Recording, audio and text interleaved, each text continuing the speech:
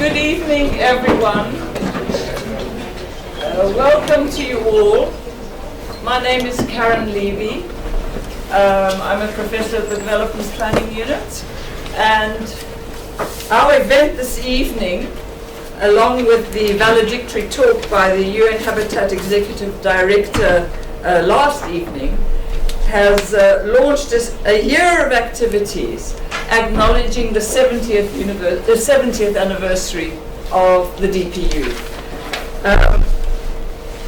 In putting our program together over 2024 to celebrate DPU70, we've built on a genealogy of important ideas about urban development in Africa, Asia, Latin America, and the Middle East.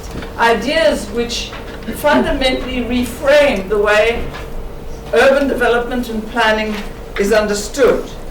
And we would also like in these series of events not only to look back but also to look forward and to see how these ideas stand up against the challenges we face in the future.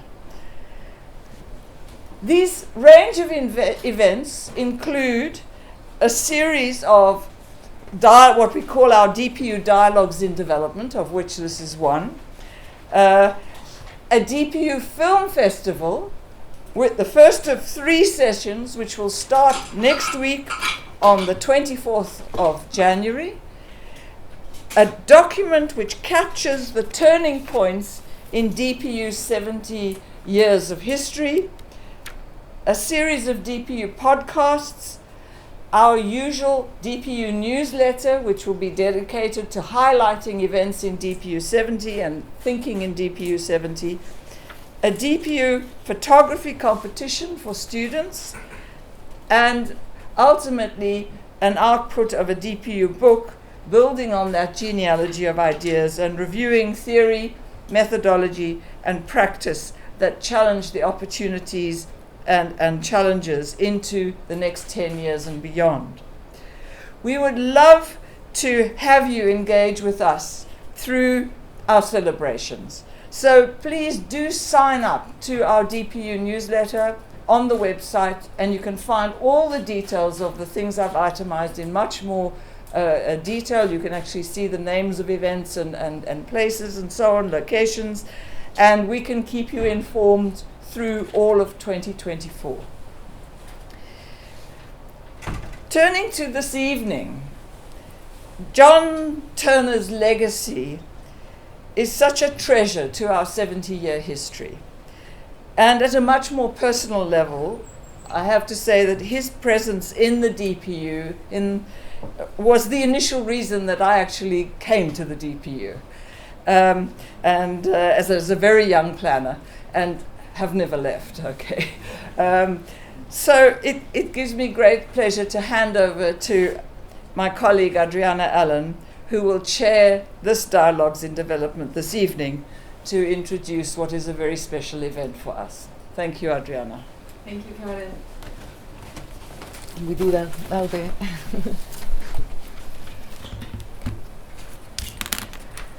So thank you so much to everyone for being here. It's quite nice to have such a cozy environment, to have a good chat among friends, all friends and all colleagues.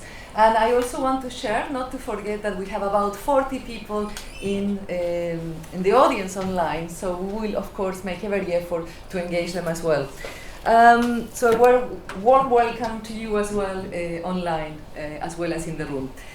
As Karen said, we are going to be very, very busy throughout the year, as you can see, but I think I want to highlight something else, something that is very present and part of a proposal for today's event, which is something that I also value very much, the vocation of the DPU to celebrate its 70th anniversary by treasuring its own roots.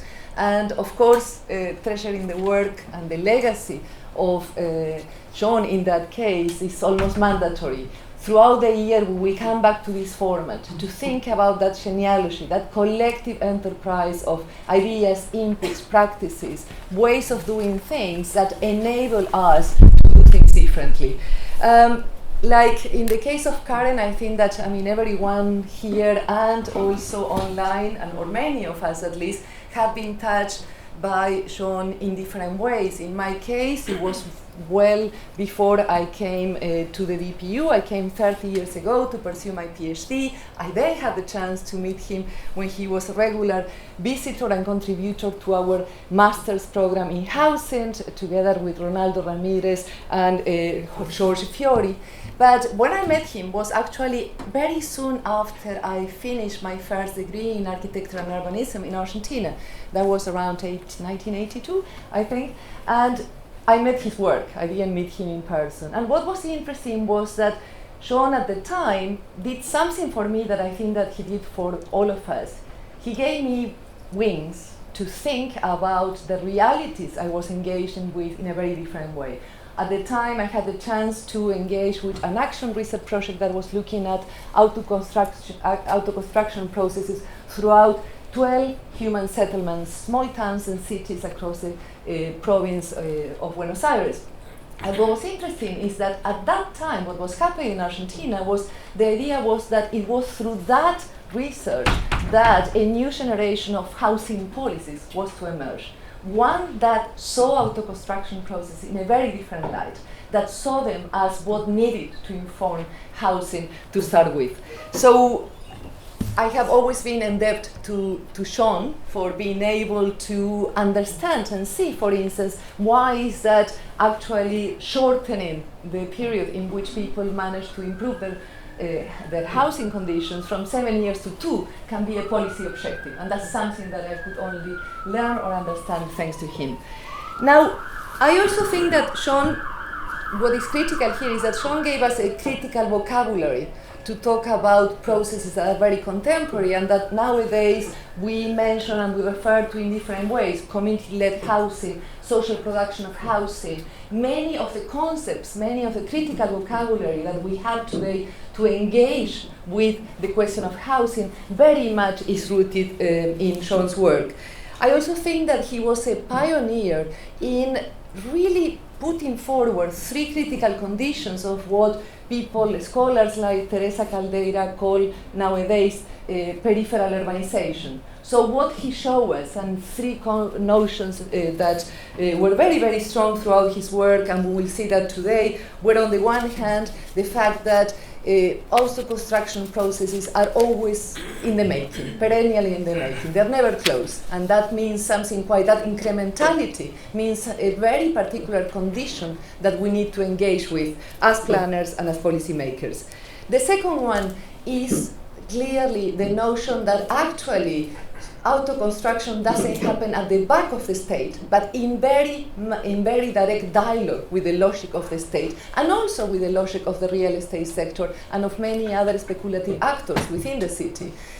People, ordinary men and women, do calculate their interventions in relation to those actors.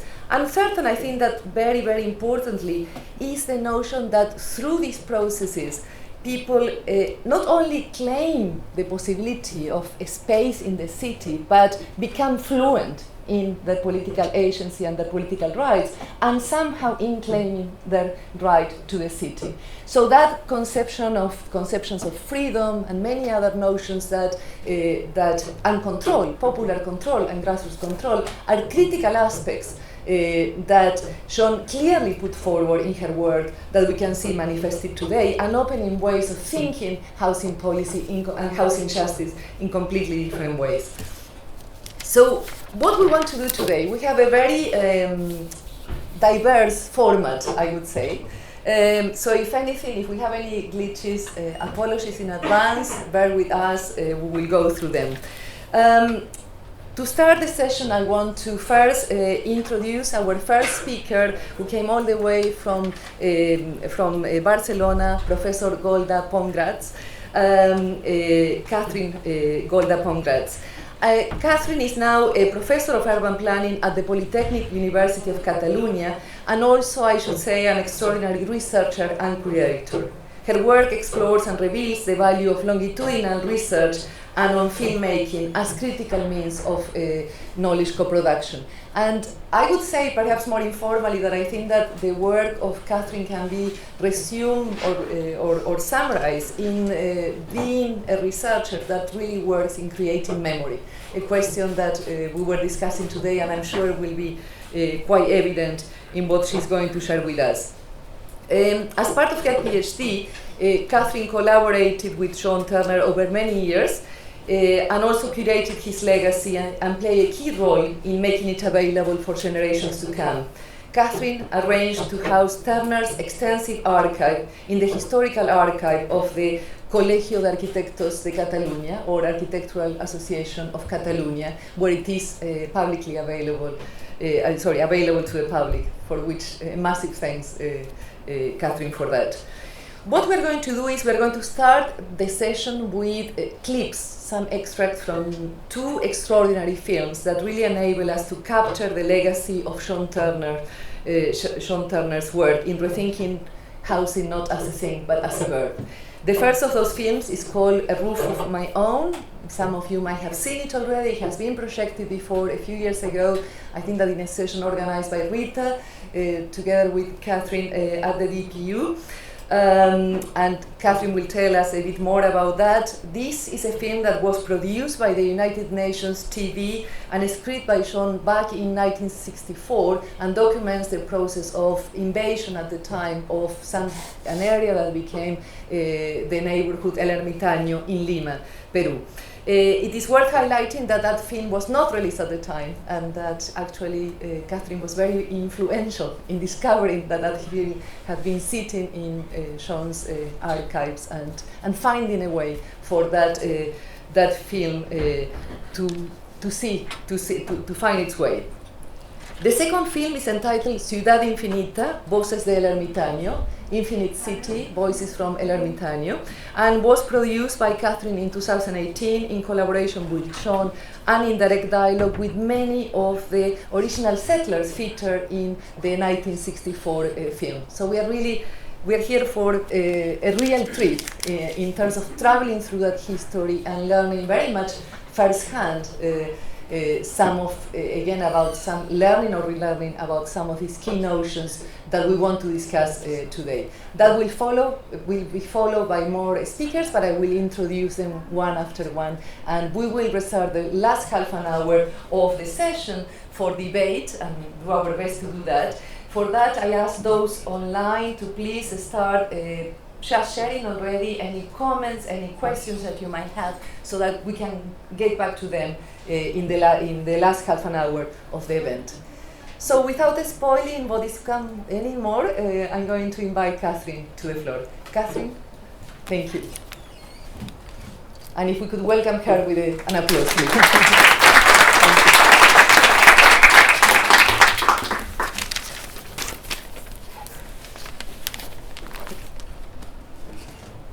Thank you. Thank you very much. I hope people can, maybe I can clip it here so people can hear me well. Thank you very much for this very nice introduction, Adriana. Thank you for everyone, Adriana and Karen for this initiative, for this fantastic invitation. I'm really happy to be here again, I have to say, having been here before and also having shared one session together with John in 2017 and having been in a shared session with Caroline Moser here present and Rita Lambert in 2020 online during the pandemic. So several events that we have been I have been invited to be present. And I'm really happy to be in this room now and to be able to speak about John's legacy, treasuring John's legacy, and speaking about a collaboration, I can say, that we have had during several years. And I would like to start with my short middle-sized presentation before then, as Adriana said and announced, show the two films. I would also like to thank Alban and Alex for the technical side. That is certainly a complex issue now, and we hope that everything will work out nicely. The image that you see here on the screen is an image that is designed by Lucia Cos, a Peruvian graphic designer, who did not know John and did not know anything about him when she was asked to design or to draw this drawing for, and you can maybe you can, I don't know if I should click further or I just tell you to continue to draw this this drawing for the illustration of this piece that I wrote in 2021 for the architectural review. And I like it very much because she only having this photograph of John in her hands, and by having read, I guess, my writings or the text that she was about to illustrate, she shows John in the way that it couldn't be done better, I feel, as this figure that merges with nature, merges with the hills of a Lima settlement, as a figure that has the heaven as his skirt, or you could even say he connects. He has had also this cosmovisional issue in his thinking, especially in the years that I knew him, in the later part of his life. And also like the protecting hand for these settlers. Those other settlers would be climbing up the hill and would get to something else, so they would emerge, so their biography would extend through this having settled somewhere and having given the opportunity to find a roof of for themselves in these settlements that John studied in the 1950s and early 1960s in Lima, Peru. Next, and I have to say that my contact with him, in fact, started in 2003, and that was exactly 40 years after the first after John's publication in architectural design, when I was invited for this other British architectural journal, Architectural Design, to publish in an issue that's called the Challenge of Suburbia. And when I thought, well, writing about Lima, writing about suburbia, writing about suburban Lima that I had studied before in my PhD, but not so much from the suburban side, but rather from the central part of the city, couldn't be done without getting in touch with John. And that was when I got in touch with him, and that was when we started this collaboration, this exchange that lasted until very recently, before he died last year in September.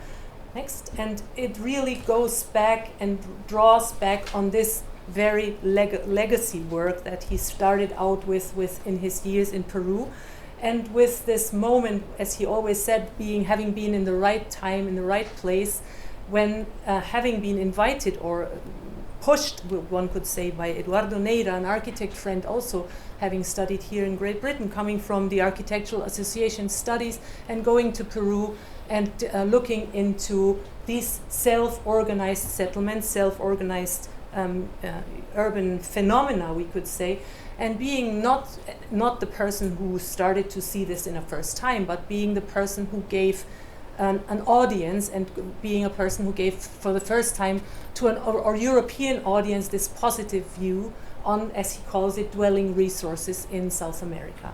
So this was really crucial, and this is next image. This is also then when, from all those connections, starting out, thinking together with him, what has become out of those neighborhoods, going back to them, and we see the same spot that you just saw, and you can find always on the title of that architectural design from 1963. In this image, where in a way his thesis of saying that the hardworking settlers will determine the future economy of the city, in the case of Lima, but that obviously applies to other cities as well, has been very true in the sense of how it has been seen in this image, where you see El Ermitaño, which we will talk about in a moment much more, is now being part of this emergent suburban place in the north of Lima, where the economy is really shifting and is developing and is booming, and where at least at the beginning of the 21st century, the settlers that have had a long struggle to get there are being recognized and are being an economic force in the city. Next image, please. So John has been documenting in a very nice way and understanding, on the first sense, is the strong community ties that define the building of a settlement like that. Next. Or maybe I can do it by myself. He has had an anthropological eye, as we can also see here, to looking into the determinant factors of how people make their livelihood in a place that needs a connection to the city center. And in fact, he has been lucky to be accompanied by anthropologists, one of them José Matos Mar being the cousin of Eduardo Neira, of his friend who has really pushed him to go to Lima, and to look through the anthropologist's eyes into the settlements, which made him obviously have a much more human approach, certainly out of his previous understandings and previous interests, but having had this anthropological view on settlements. And developing then through aerial photography, through strong analysis, and then in this first moment together in the cooperation with the Cooperación Nacional de Vivienda, self-help settlements like the one in El Ermitaño, where he put the basis for an accompanied construction of initially occupied land. Next. Then also disseminating his work in Peru, as he did in British media as well. Next, and then also in this famous paper, the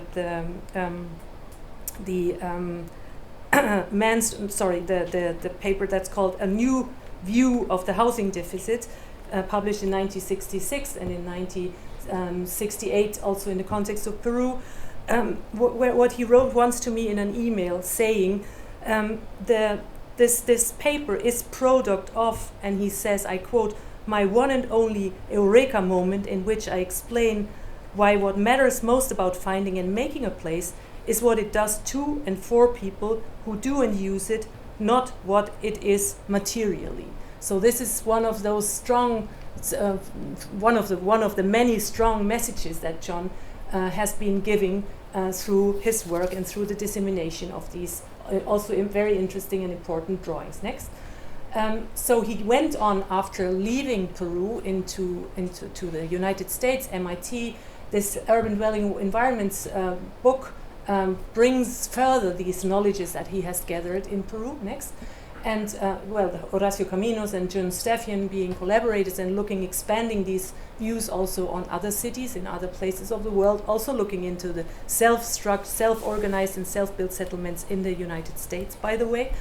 And here we have this image of El Ermitaño, of the neighborhood, that we will see in the documentary film that I have made in this place, and where we see this hill that you can maybe understand on the left part of the image, which struck very much my attention when I looked into these documents that he had produced at the time, and where we were starting a conversation. What is about this place? What about the sacredness maybe of this old sacred space in the neighborhood that he at the time hasn't even recognized as such? It much more was for him at the time the highest spot to take fantastic aerial pictures and to accompany this self-built settlement at the time. Next. So coming towards this collaboration, in 2011, having already talked to him about these places, about also thinking of what has become out of those settlements over time, together with two colleagues from Barcelona, where I was at the time then already living, we visited him in Hastings. And we found out very clearly, beyond the fact that we had several questions on obviously all his very relevant documents and relevant writings that we were then about to translate into Spanish, we were very clear about very early in the moment when meeting him that he was much more interested into things far beyond the self-building and into what we can say a holistic city making. So he was all the time redrawing next. What he had learned when he was a student at the Architectural Association, when coming across Patrick Geddes' Notation of Life, and when being, in fact, by Jacqueline Turwitt, being introduced to this whole complex world of thinking and the interrelation that he studied between the deeds, the needs, the facts, and the thoughts that man has, and the interrelation between place and the biography of people in the same way. Next. And in fact, this FO or OFE drawing, the environment acts through function upon the organism and the organism acts through function upon the environment, that he had published in 1949 together with Pafford Keating Clay, who also passed away in 2023, is what has marked his thought and his thinking since then. And in fact, he never abandoned it until the last days of his life. Next. So when we were discussing with him and or arguing with him and understanding his way of knowledge making, we always saw him develop and develop further and look into the interrelation between, and also this importance of the learning and motivation feedback loops that he was developing all over the time, into how our life and our livelihood and also housing, obviously, is connected with the biography people, with the place, and with the different aspirations in different time. And this is something that he has been developing over the at least the last 20 years of his life, but he has started doing that while studying architecture here in London. And this is an image where we were going on a train, on train from Hastings to London, in fact, in 2016, and where he again and again redraws, where we discuss while being on the train. And on the right you see a screenshot from his computer at the time, where we were starting to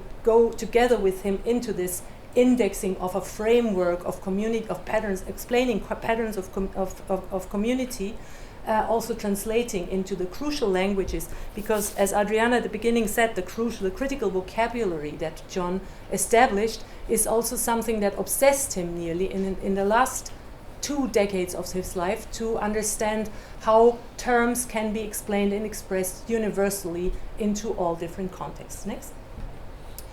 In our book, Autoconstrucción, which was really a collaboration with him, we translate some of his crucial writings, and we also give an insight into this holistic thinking of John and into his ideas. Next, please.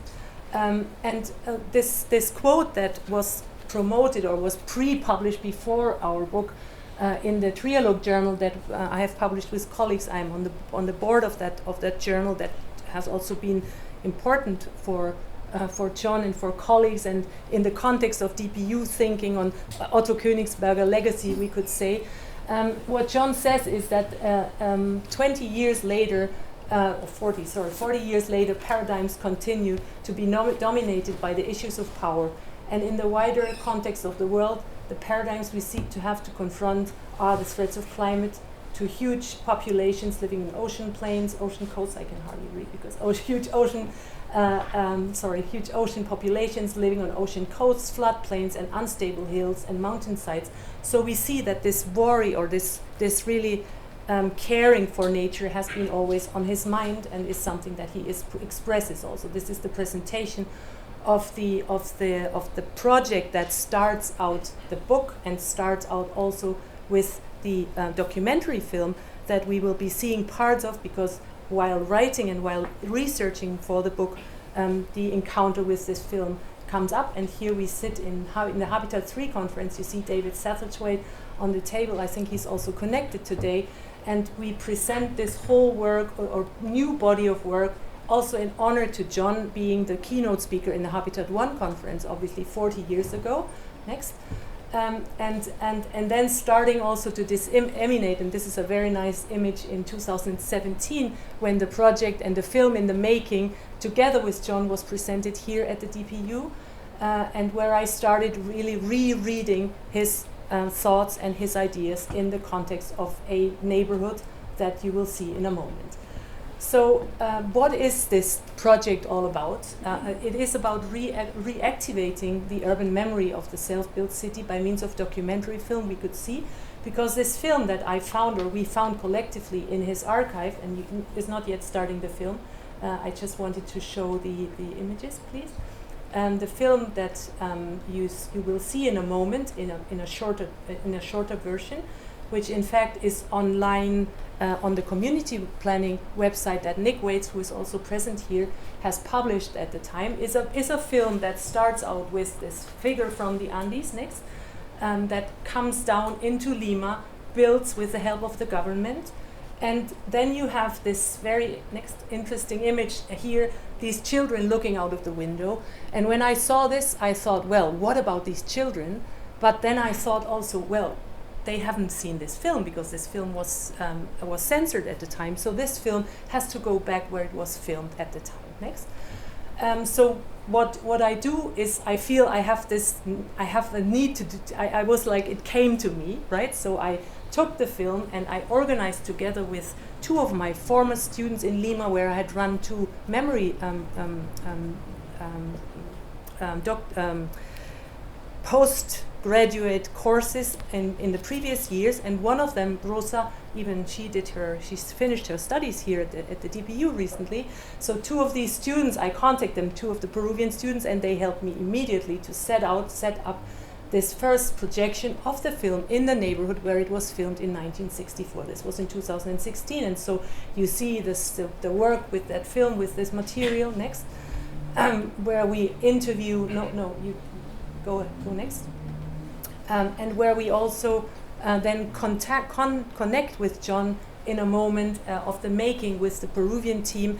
That was a fantastic team that was set together with knowing from friends of younger people doing film work, and so we really connected together and set up this collective team. Next. And what was most important for me was showing the film, the new film, which you will see extracts from in a moment, was here shown in the neighborhood in 2018 in the square of the neighborhood where it was filmed. So it was given back, really also this returning of the collective memory that was transformed through the making of the film into a new memory into the neighborhood. Next. And this is not yet. This is just the first image of the film that we will see some extras next. So I wanted to also explain just briefly that this film, the making of the film, which is now finished, is not finished yet, because it goes on with accompanying processes of placemaking, as you can see here in the neighborhood, where people start to also engage with ecological issues and start to engage to take again into their hands collective placemaking, something that fascinated John also to see and to understand that this is ongoing. Next. And I engage also in different ways with really trying to translate John's contemporary thinking into reapplying it to the places that he had once visited in the 1950s and 60s, and to understand those, as I say, hidden landscapes of palimpsestic urban memories in contexts like El Ermitaño, but also in other contexts. Next. And I've also been in some ways reactivating the memory of John's work in the context of the Peruvian architectural world, together with Pablo Vega, where we organized a session at the LASA, the Latin American Studies Association, where also Rita was part of, and where we also republished text and published new views on John's work in the context of Peru, where he hadn't had always the greatest, let's say, acceptation of being also having been called, and this has certainly been treated later in the session more, as one of the person who has pushed the self-construction towards the, well, as Mike David said, the planet of slums, and being one of the figures who was in charge of, let's say, putting architectural knowledge beyond or behind the let's say, this overtaking of the rural population of urban settlements. Next. Just to finish my introduction and my honor to his work, I would like to explain briefly what are late recognitions and what is the future of his archive, as Adriana already mentioned. So through I think the reactivation of the presence of John through our book, which I already showed, and then also I guess through these well, like bringing his work back into a contemporary context, also Peruvian contemporary context, which was wonderful that at the Universidad Nacional de Ingeniería, finally, I have to say, in 2022, the initiative was given or was taken to give him a doctor honoris causa. And here you have the images of these fantastic documents of Peruvian splendor. Next. And that's something, and I'm happy to have had this moment still in 2022, in where he was already, well, he was a bit confused, but he was still very aware and very around. He was very pleased, so he was living still this moment of receiving this honor. So he had the Dean's resolution in his hands here, as you can see, with his wife Beth, and he was very pleased about this recognition. Next. And afterwards, only a few months later, but that was already 5 months before he passed away, so I'm not sure if he so well connected with this second recognition, and at a point he said, are they sure they want to honor me? So he was really pleased, but he was also a bit confused about these late recognitions. He got another honorary doctoral degree, if you can stay a second with the other one, and that's very relevant, at the Universidad Nacional del Centro de Perú, where, and you can see this extract of the archive from La Voz de Huancayo from 1959, which I sent to them. They hadn't known about it. He was mentioned, he was nominated the Dean of the Faculty of Social Architecture, which never in the end happened to become, he never became this dean, but he had moved things in the context. And this university, like a provincial university, is also recognizing. I was then in a way the voice to given voice of John in order to thank the university for that, and they have planned to set out a chair, a John Turner chair, which I hope will happen eventually. So the legacy is being cared there. Next. And just to explain also all those fantastic slides of John's archive. Next. All those materials that he had I understood in 2019 when we showed the film together in Hastings, and where he explained that his archive was a big trouble for him, what will be the future of it. So I was clear something has to be done, and I connected with the Architectural Colegio de Arquitectos in Barcelona, where I live and where we also work, and where his legacy is close, because he had been obviously teaching and dealing in a Spanish-speaking community all his life, but also his sister living in Spain, contacts having had in Barcelona with the Laboratorio de Urbanismo, which I'm now belonging to, so it's really a pleasure.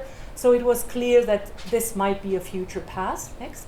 And it is now the case that we are now, having received all this material in 2022, he was still aware, and he was very happy and very relieved about that, having all these fantastic documents now in hands, having to have them classified. Next. Amazing materials and crucial things and crucial topics, leitmotifs, as we could say, planetary organization, decentralization of technology, things that he was worried about. You see these cards here, and we are now thinking of a future, obviously, exhibition on all of these fantastic materials on the one side. Next.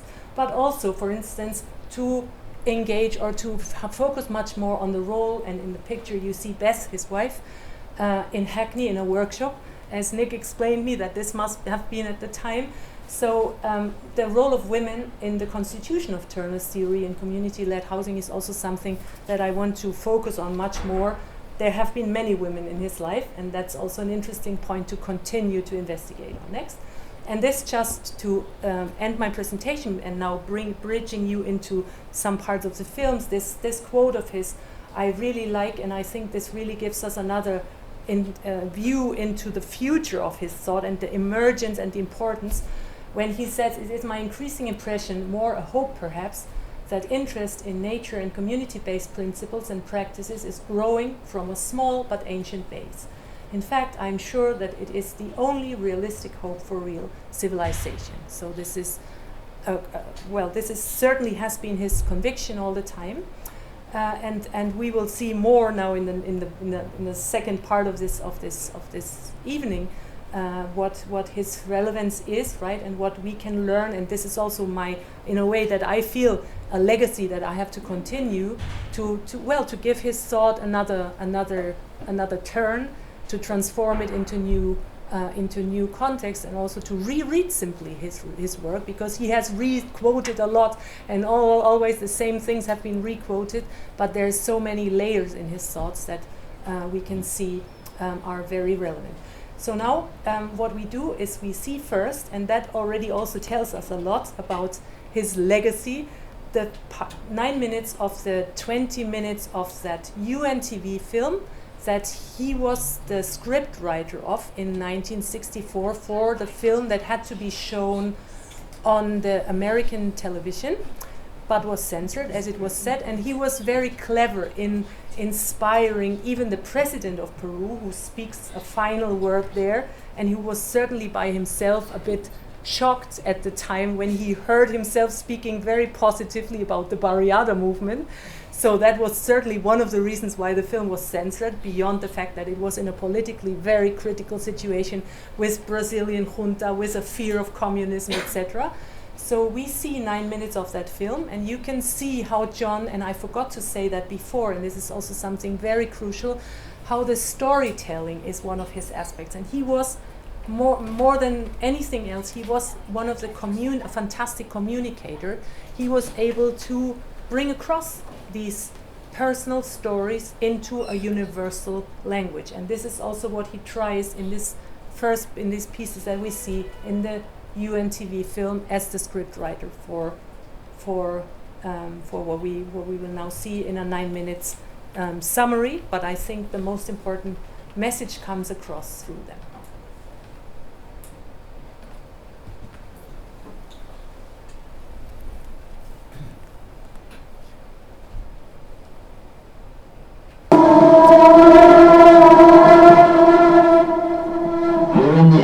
Mountains, the Sierra of Peru.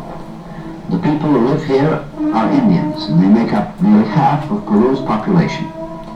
But these people, whose forebears created the Inca Empire, now live at the edge of starvation, doomed to a life of unremitting toil and poverty. In the last 2 decades, the Indians of the mountains have become increasingly aware that they may find a better life in the cities. At least they can get nearer to it. In the city there is better food and medical care for children and schools. Perhaps too in the city their children won't be committed to loneliness.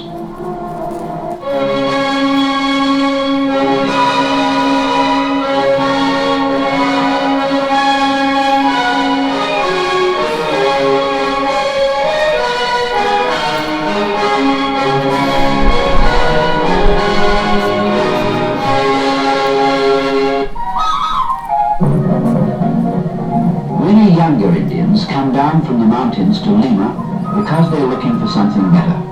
Lima is Peru's capital and its largest city. Lima is modern, a beautiful city.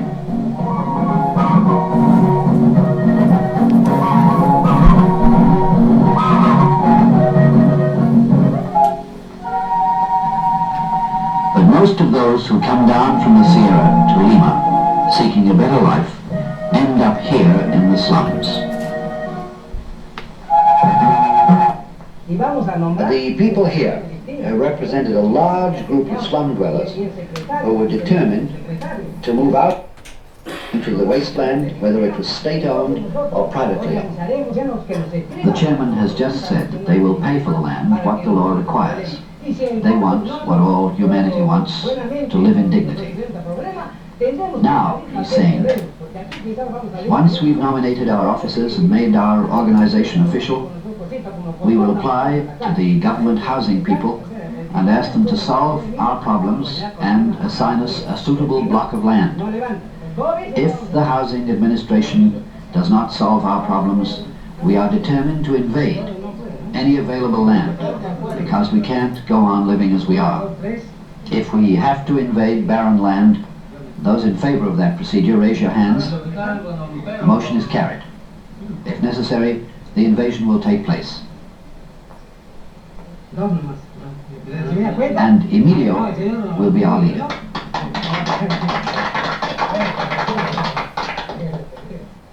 Hay que llevar 4 palos, 4 esteras. Hay que llevar linterna. This is Alessandro Rocca. He is recalling an actual invasion, the invasion of the Ermitaño Barriada in 1962. At 11:30, on the agreed-upon night, he arrived at the main square of Cuevas, an older established barriada nearby.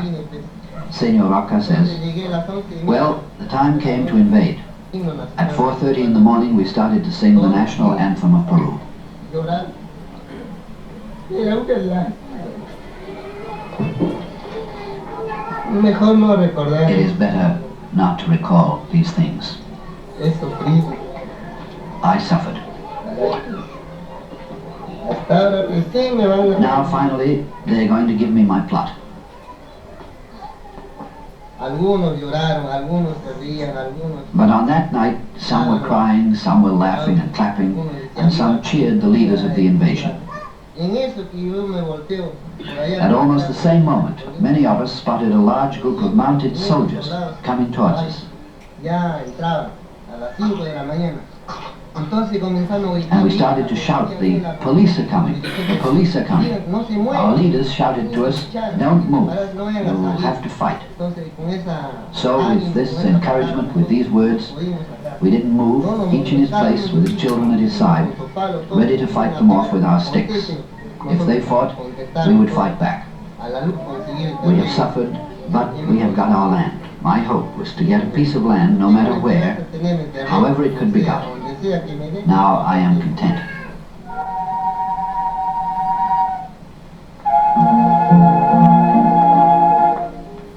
Today there are many barriadas on the outskirts of Lima. Some are so new that the mat houses look very much like the huts of the slums. But there is a difference. These houses belong to the people who live in them. This will be the temporary home of a family that's the barriada of San Pedro. As soon as they are able, they'll start building a house of bricks or stone. Chances are that they will build their permanent home little by little.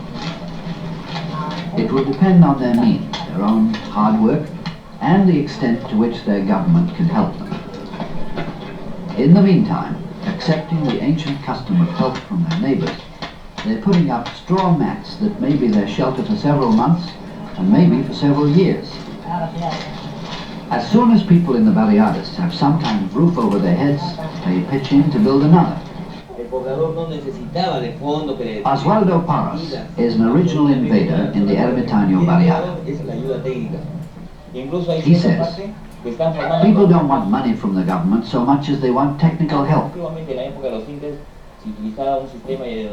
In some places, people are forming groups like the system of the old Inca times called the Minga. Heads of families from 9 or 10 blocks work together in a given place until the houses are up. Then they go to another place, working Sundays and holidays. In other words, they steal hours of leisure to build their houses. In the barriadas they brought into being, more than 350,000 people have built or are building homes of their own. Most of them come from the slums of Lima, where they had no hope of finding anything better than a ramshackle hut at an exorbitant rent.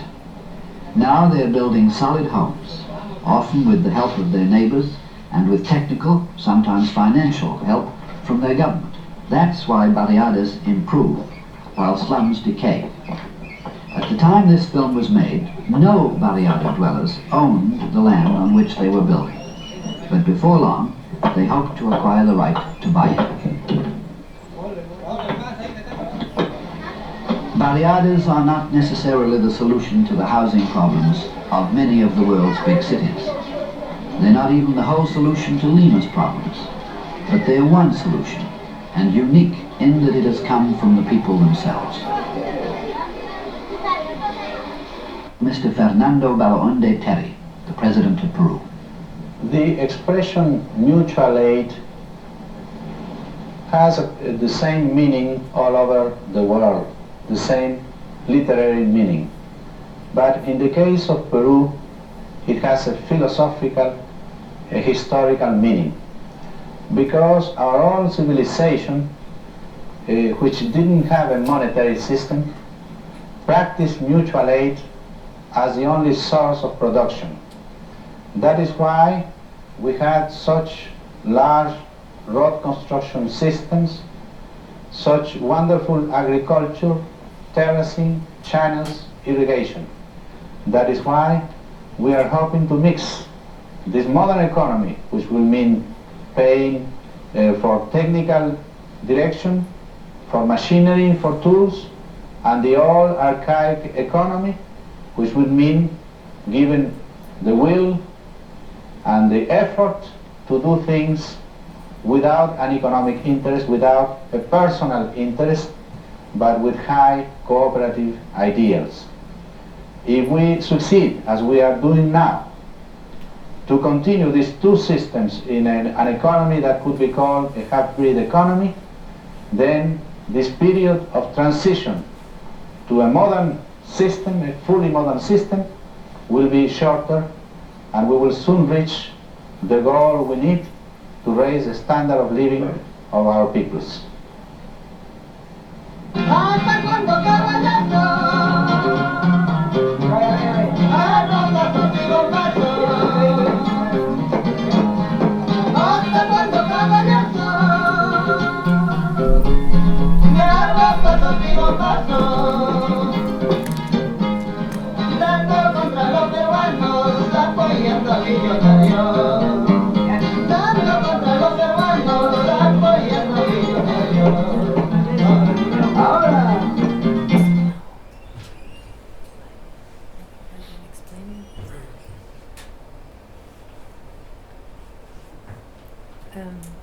So, well, you have seen, maybe you have realized that the film that we just, the extract of the film that we just saw had Spanish subtitles.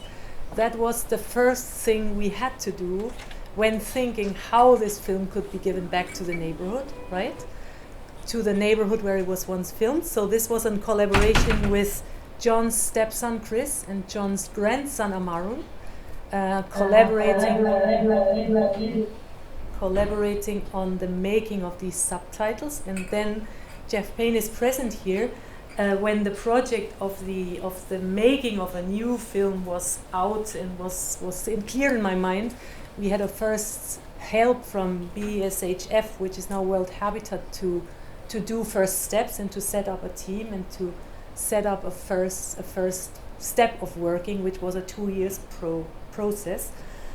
And now I will go to show you I show you some parts of which I consider the most important one, also to make some kind of 10 minutes of the 30 minutes that the film has in total, to show you this product of going back into the neighborhood and of doing a new film. Because in fact with John we discussed at a time, how could this old film be relocated, and I said, well, I don't think we have to do anything. The old film is the old film, we have to do a new one. And he was very happy about this idea in the end. And so this is now what we are going to see.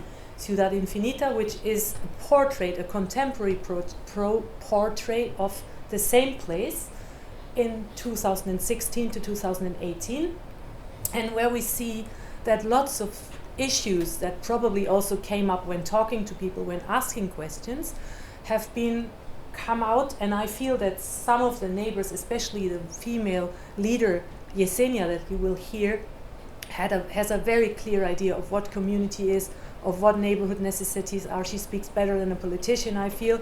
So the voices, the film is, the only voices in the film are the voices of the neighbors. That's why it is called like that.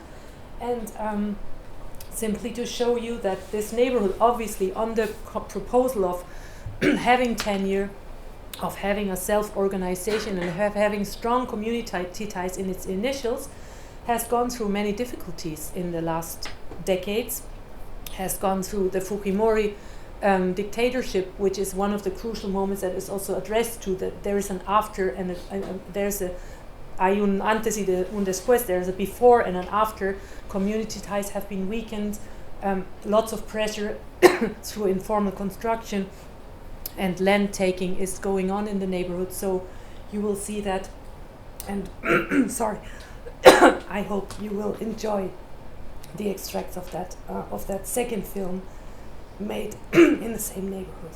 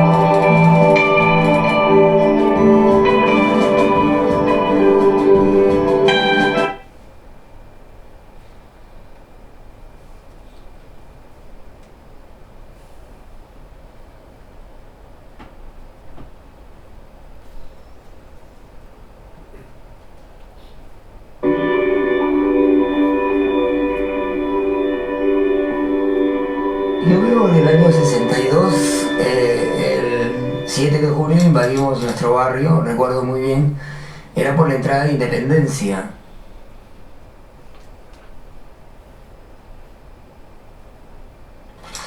Y ese tiempo tendría pues unos 7 años o 8 años más o menos que recuerdo.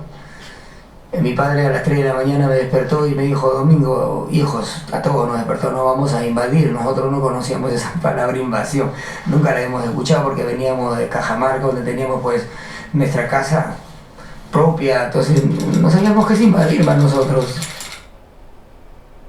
Y ahí mi papá dobló una estera y como fue un cigarro más o menos, y todo, mi mamá puso mantas en el piso y nos quedamos a dormir. Ahí al día siguiente desperté. Cuando desperté habían más o menos 100 casas igualitas, dobladitas como un cigarro, y todas con su banderita encima, ¿no? La bandera del Perú, por supuesto. Ahí nos hemos quedado como 2 meses a la entradita de Independencia.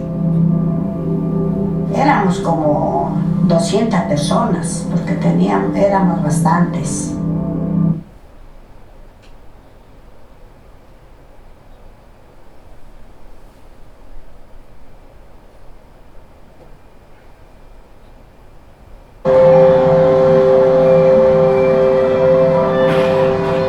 Fue rápida la notificación, ¿eh? La cooperación del barrio fue enorme, fue fantástica. Todo el mundo se levantaba temprano o se acostaba tarde cavando la zanja para el agua, cavando la zanja para el desagüe.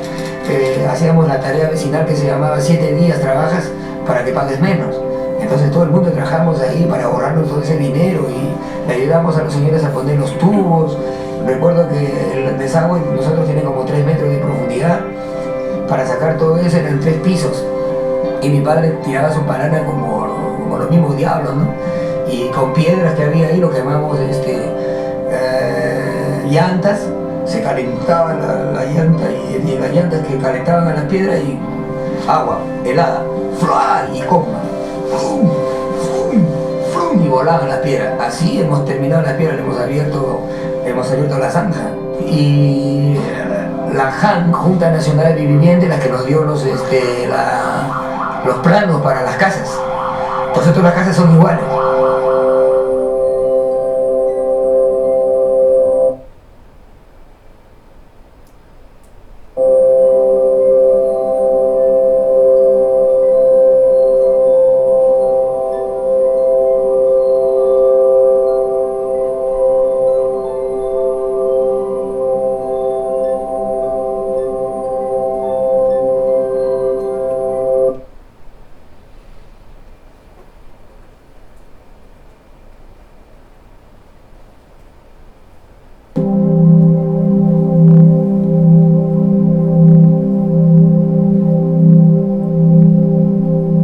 Los dirigentes de antes pues eran buenos, se preocupaban que era una cosa, otra cosa, pero ahora ya no.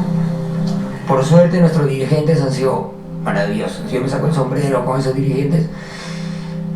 Y de ahí que yo iba aprendiendo con ellos, porque siempre me veía con ellos para aquí y para allá, ¿no?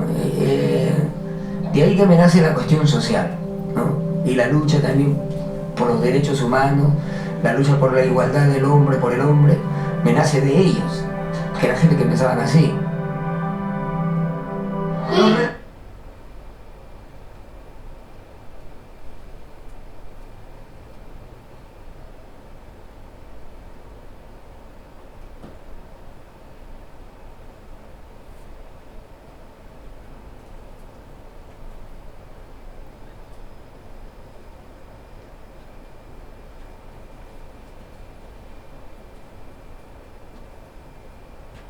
Hago esto malo, puede suceder esto.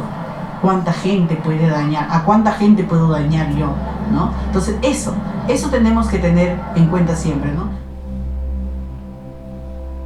Bueno, teníamos un paisaje hermoso hasta hace poco de la Bella Durmiente.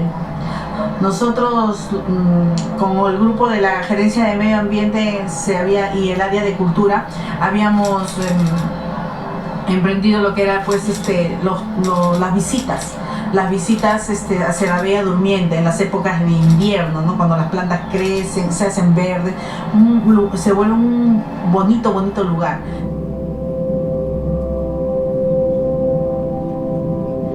La parte de su estómago ya ha sido invadido. Inescrupulosamente se han ido posesionando más y más arriba sin importarles, ¿no? Y sin embargo se ha podido detener esto, pero no se ha hecho nada. Todo eso tenemos que pasar dentro de nuestra propia casa, ¿no?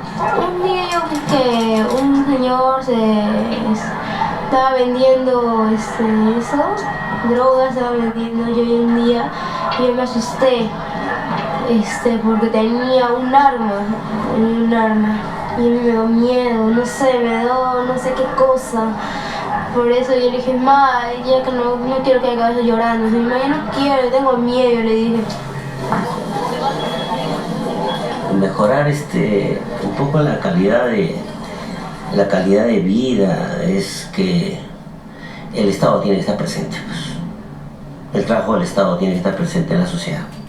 A mí me gustaría que el ermitaño sea como antes, pues, porque antes era tranquilo. No había tanto peligro que hay ahora. Para todos, porque no solamente para mí, para todos sería la tranquilidad. Para los hijos, para los nietos, que caminen libre, que no estén pensando que me van a asaltar, me van a quitar.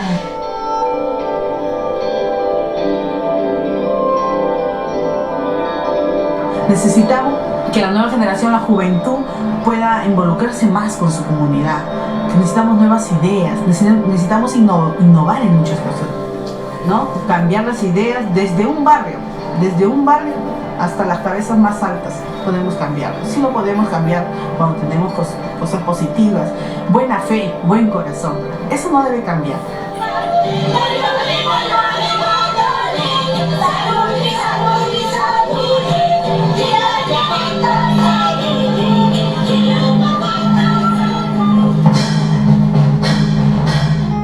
La cultura es una alternativa social de cambio, que no lo entiendan las autoridades del gobierno, o si lo entienden, lo hacen al propósito para seguir de repente ayudando a las compañías extranjeras a tener gente sometida y que gane poco y no se dé cuenta de cómo están siendo esclavizados en esta modernidad.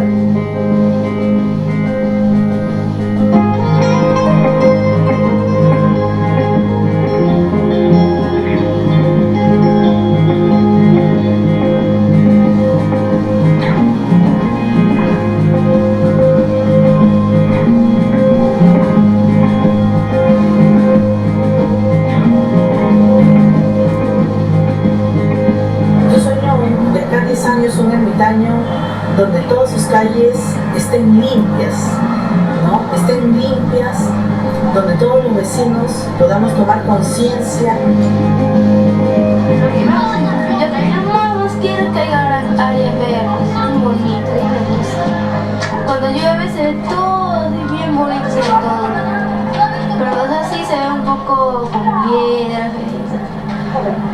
así es.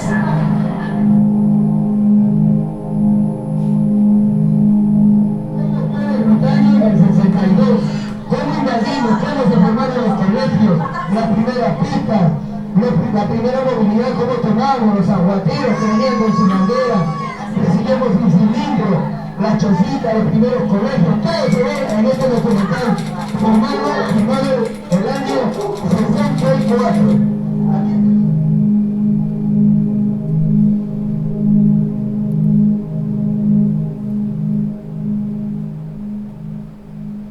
No hay líderes políticos que nos digan que el futuro del ermitaño o de independencia va a crecer en la forma que debe crecer ahora. Ya tenemos estructuras, por ejemplo, como las casas, ¿no? Bien estructuradas y todo, ¿no? Pero falta estructurar al ser humano.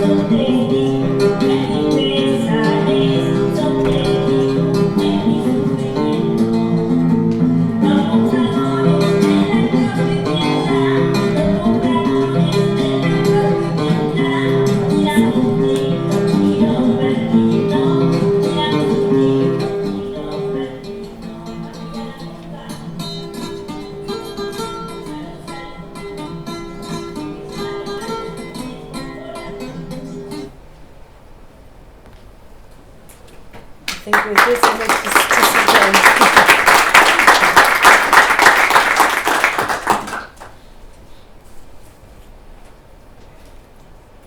I think this is the moment. We don't need the whole ending, but this dedication to John. And now I pass the word to Andrea. Thank you so much, Catherine. And can I ask for another round of applause?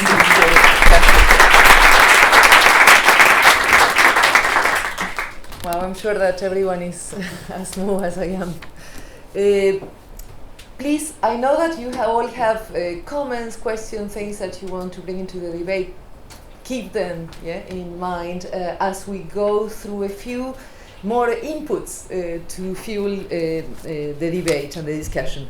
The next all the way from Kentish Town in London, we're going to have online, so we need to put that, we need to play another trick. It's going quite well so far.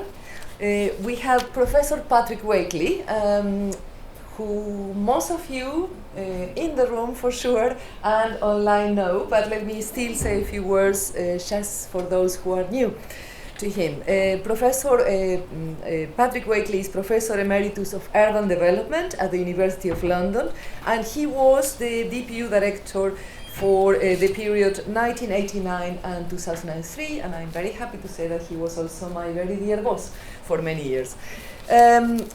He was an architect by training. He has over 40 years and counting of experience of research, consultancy and teaching in housing planning and urban development, on which he has worked in over 20 developing countries. Since 2005, Patrick was also the coordinator of the DPU Associates, which really keeps, in a way, all the wisdom of a whole generation of the DPU retiring at the time.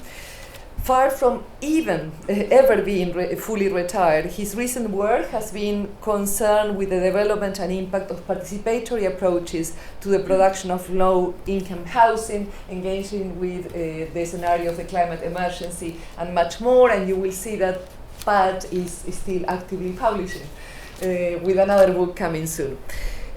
He will explore the impact of Sean's time as a senior lecturer at the DPU, which, as we said before, was short but strong, in developing the institutional enabling capacities of local and national government agencies. And this was done very much at the time through two different modes. On the one hand, what was called the DPU training program, but also the DPU training and advisory services program, what we call TAS nowadays.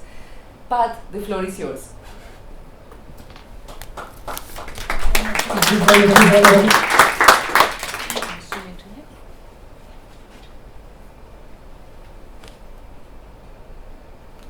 We hear you. Thank you very much, Adriana, for that introduction. In 1973, University College appointed John as a senior lecturer to set up and run a program of short courses in the DPU, drawing on his experience in Latin America, particularly Peru, which Catherine has just introduced us to, where he lived between 1957 and 65, and on his subsequent work in his subsequent research and teaching in the MIT Harvard University Joint Center for Urban Studies.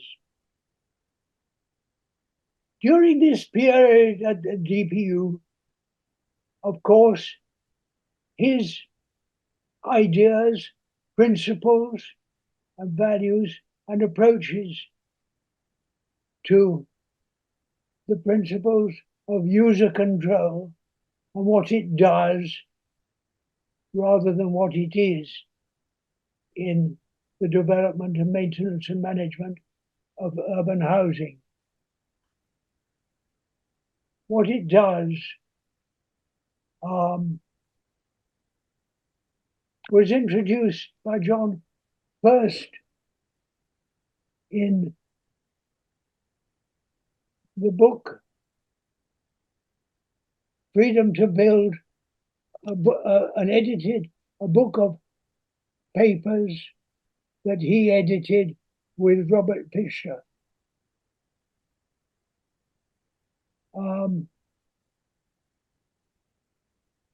Housing as a Verb, the title of this webinar.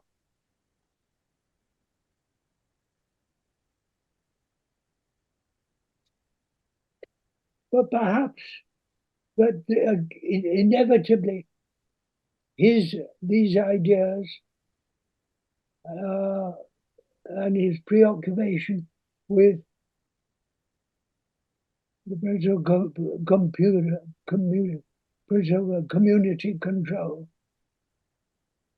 had an enormous impact, and I believe still does, on the teaching, research, and advisory work of the DPU.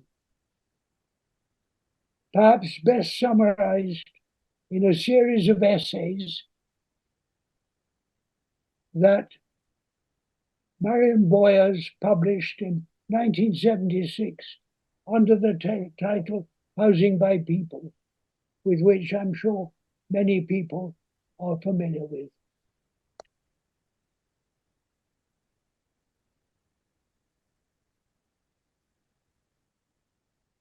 John's principal overriding preoccupation was with development at the community level, of mobilizing the computer.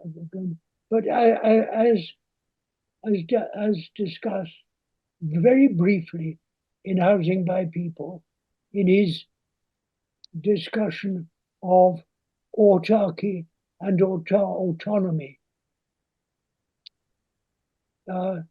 indicating clearly through a process of the principle of subsidiarity and identifying the lowest effective levels of decision-making.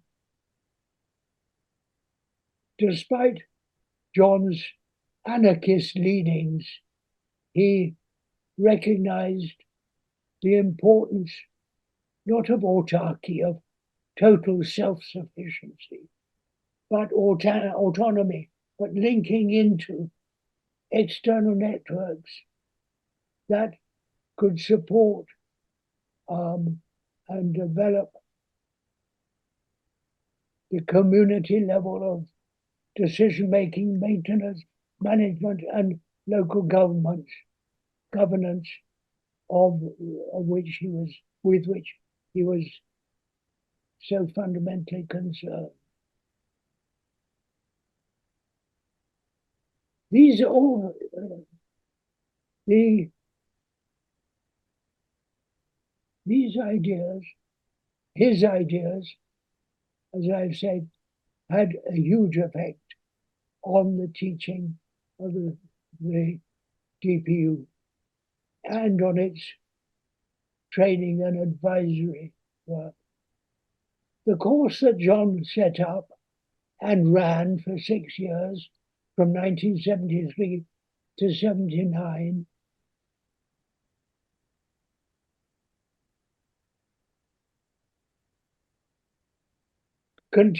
was continued, but with a change of emphasis in the unit. The change of emphasis with a much greater concern that we had for the institutional enabling supports that will enable the community participation process. So the course that he had started continued, but it was one of a series at that stage. The DPU was running a series of different 3-month short training courses, principally for relatively senior professionals and managers from cities in the global south. the housing course we broke down into 2 courses. One on housing policies, discussing the implementation of housing policies based on the principles of John Turner's work and ideas. And that was a 3-month course on, as I say, on urban housing policies. And the second course that they ran in succession, a 3-month course on the project level, the title of which was Sites and Service Project Design and Management. So participants we made this division because there was different levels of participants broadly with different levels of interest, all of which are covered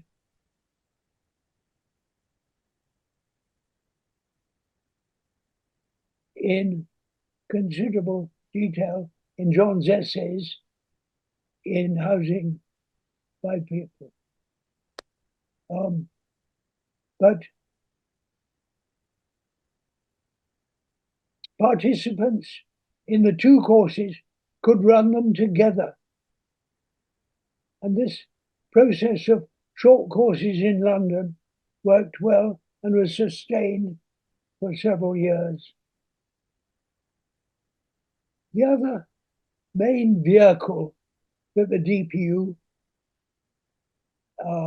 followed in promoting the concepts, ideas of John Turner was through its training and advisory service programs and projects. Come to mind is the sustained programs of developing policy and its implementation in the Sri Lanka Million Houses program in the 1980s. This was a program that, based on what the World Bank called interfacing, of bringing together, developing with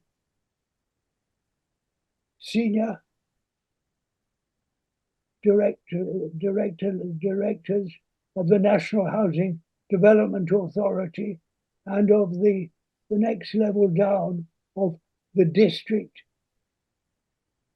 development offices, housing development offices. And then taking that further, and with the district people taking it down to the level of the field operatives. So there was a process that we were involved with in developing, basically of retooling people for the changed policy approaches that they were facing. And the similar set of a program of advisory service training that we ran was through the Indian Slum Improvement Program, SIPS, in the state of, as it was, of Andhra Pradesh,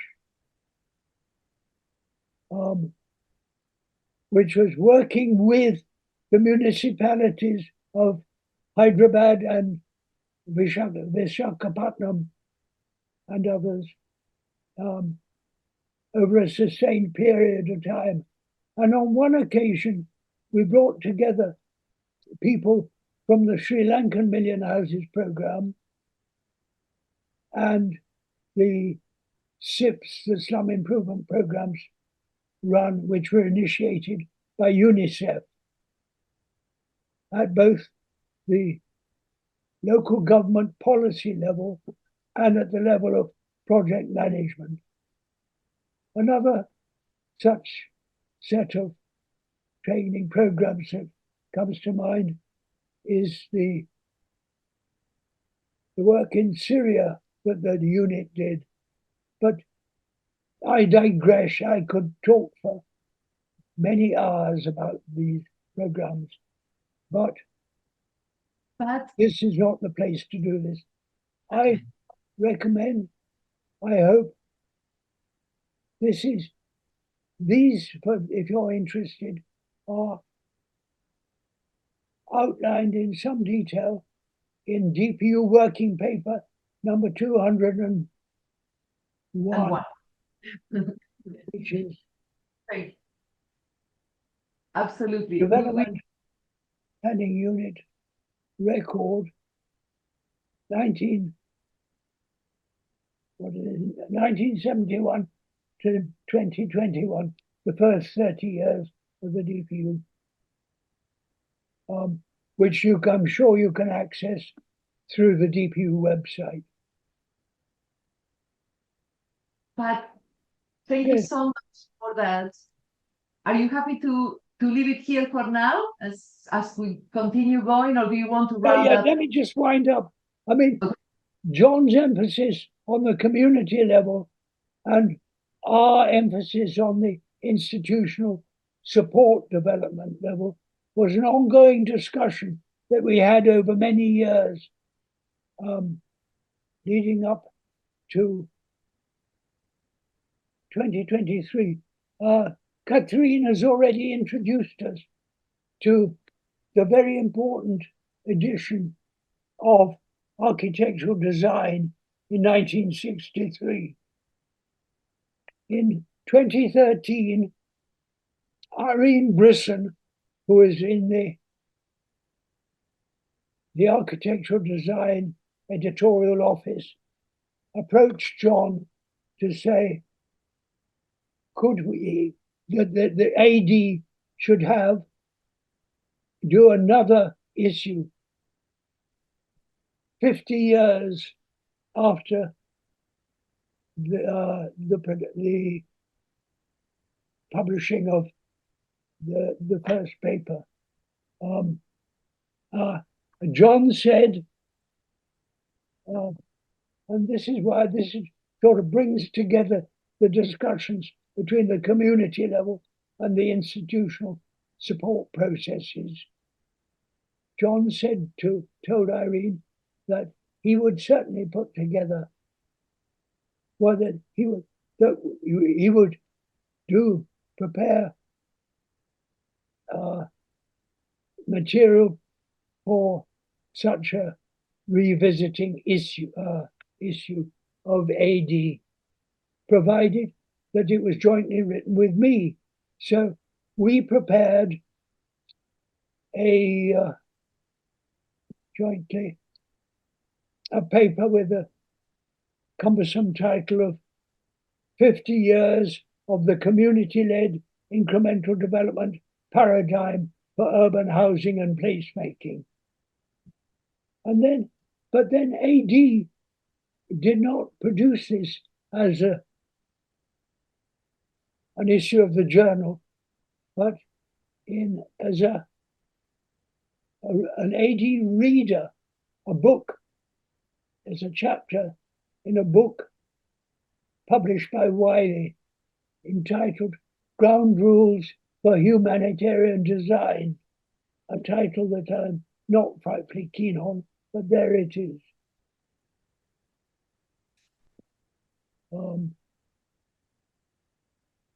Okay, I shall wind up, Adriana, thank you.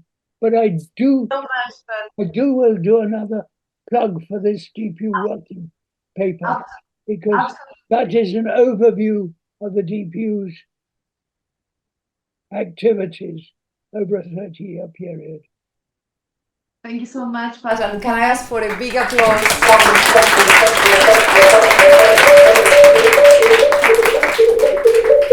for your input? And again, of course, the DPU working paper 201, which really takes us through this trajectory and amazing journey from 1971 to 2021, is available online. So you can Google it or go to our website and access it, and I highly recommend it.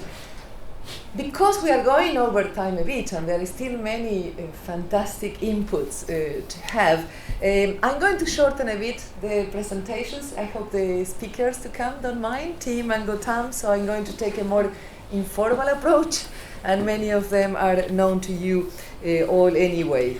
I want to next invite, now all the way from India, and I think that he's joining us from Bangalore today, our dear colleague and friend Gautam Ban.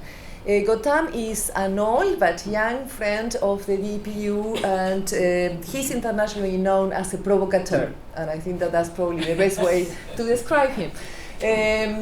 That is both for his intellectual work, but also for his work as an activist. I want, of course, you also know that he's a senior lead of academics, I think that associate dean, actually, of the School of Human Development, and plays a key role from its inception at the Indian Institute for Human Settlements.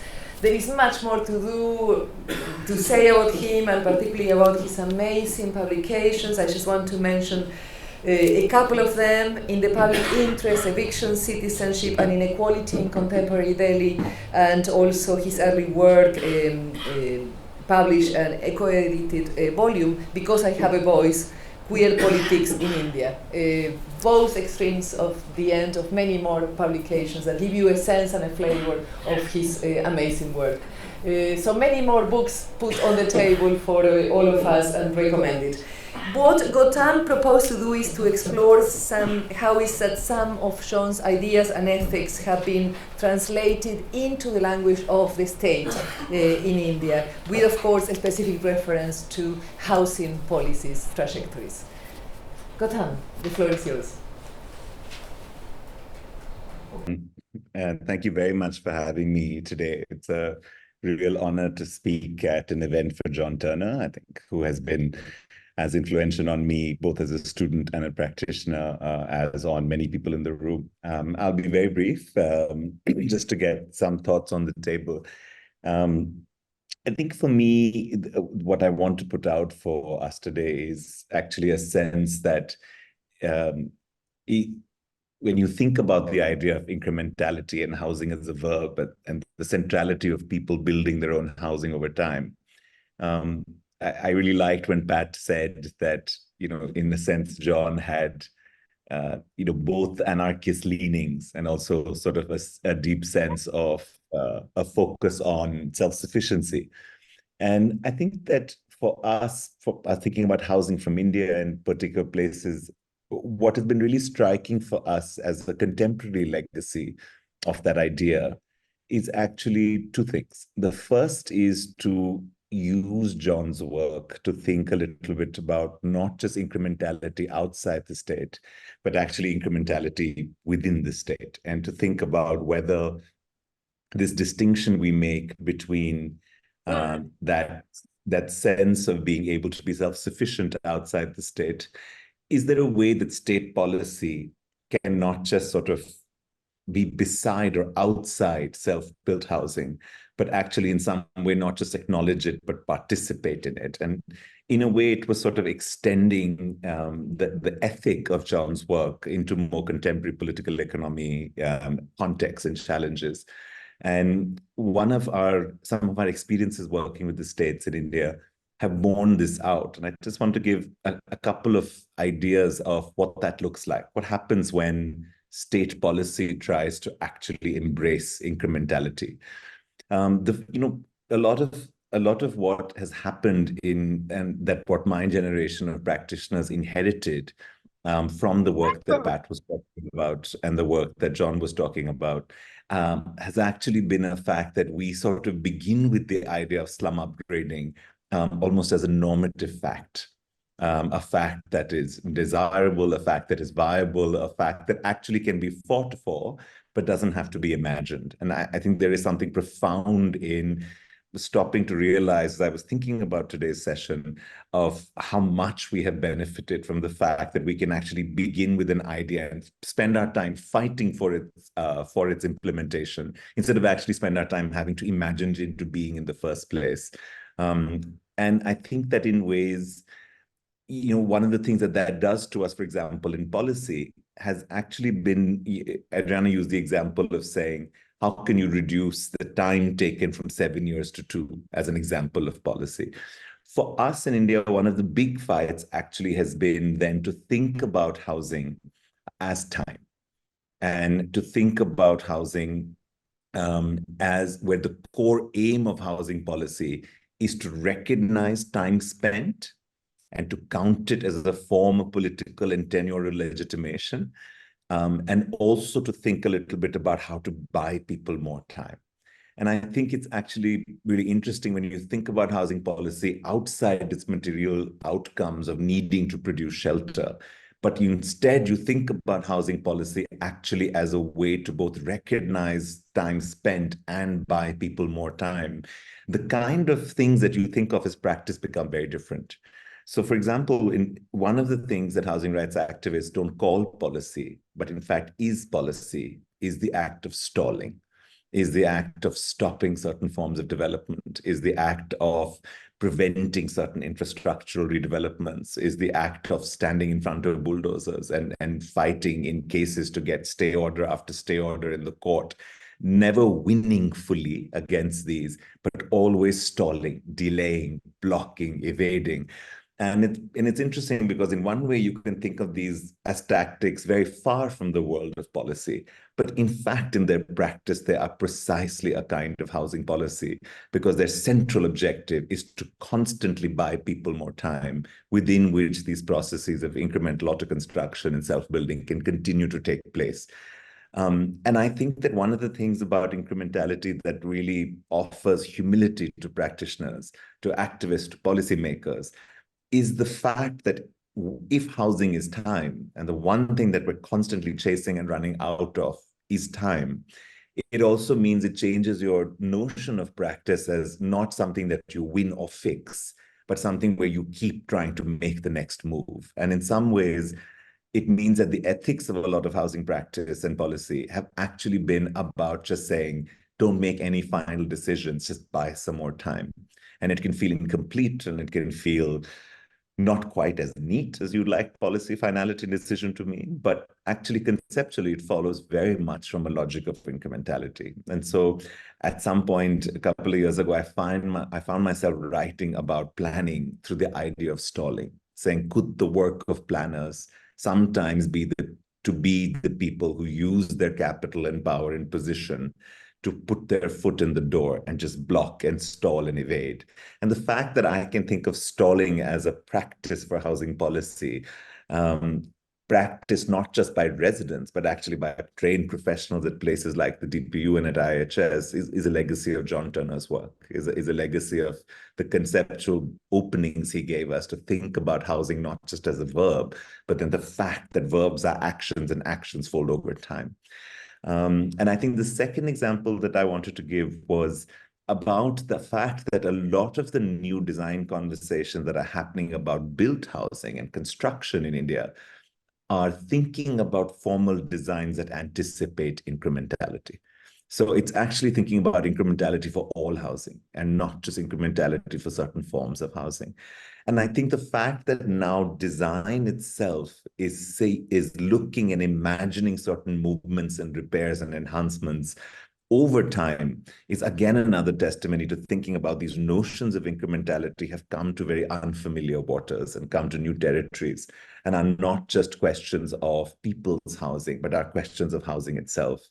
And I think that to me, one of the legacies of John's work over time has been the fact that it has moved from its original locations to become concepts and ideas that can take form in radically different institutional contexts, within the state, within formal architecture, within courts, within the law. And it has taken our idea of housing outside houses. And I think to me, in some way, a lot of what we teach in our classrooms is the idea that housing is not houses. And a lot of that comes from an ethic of that work.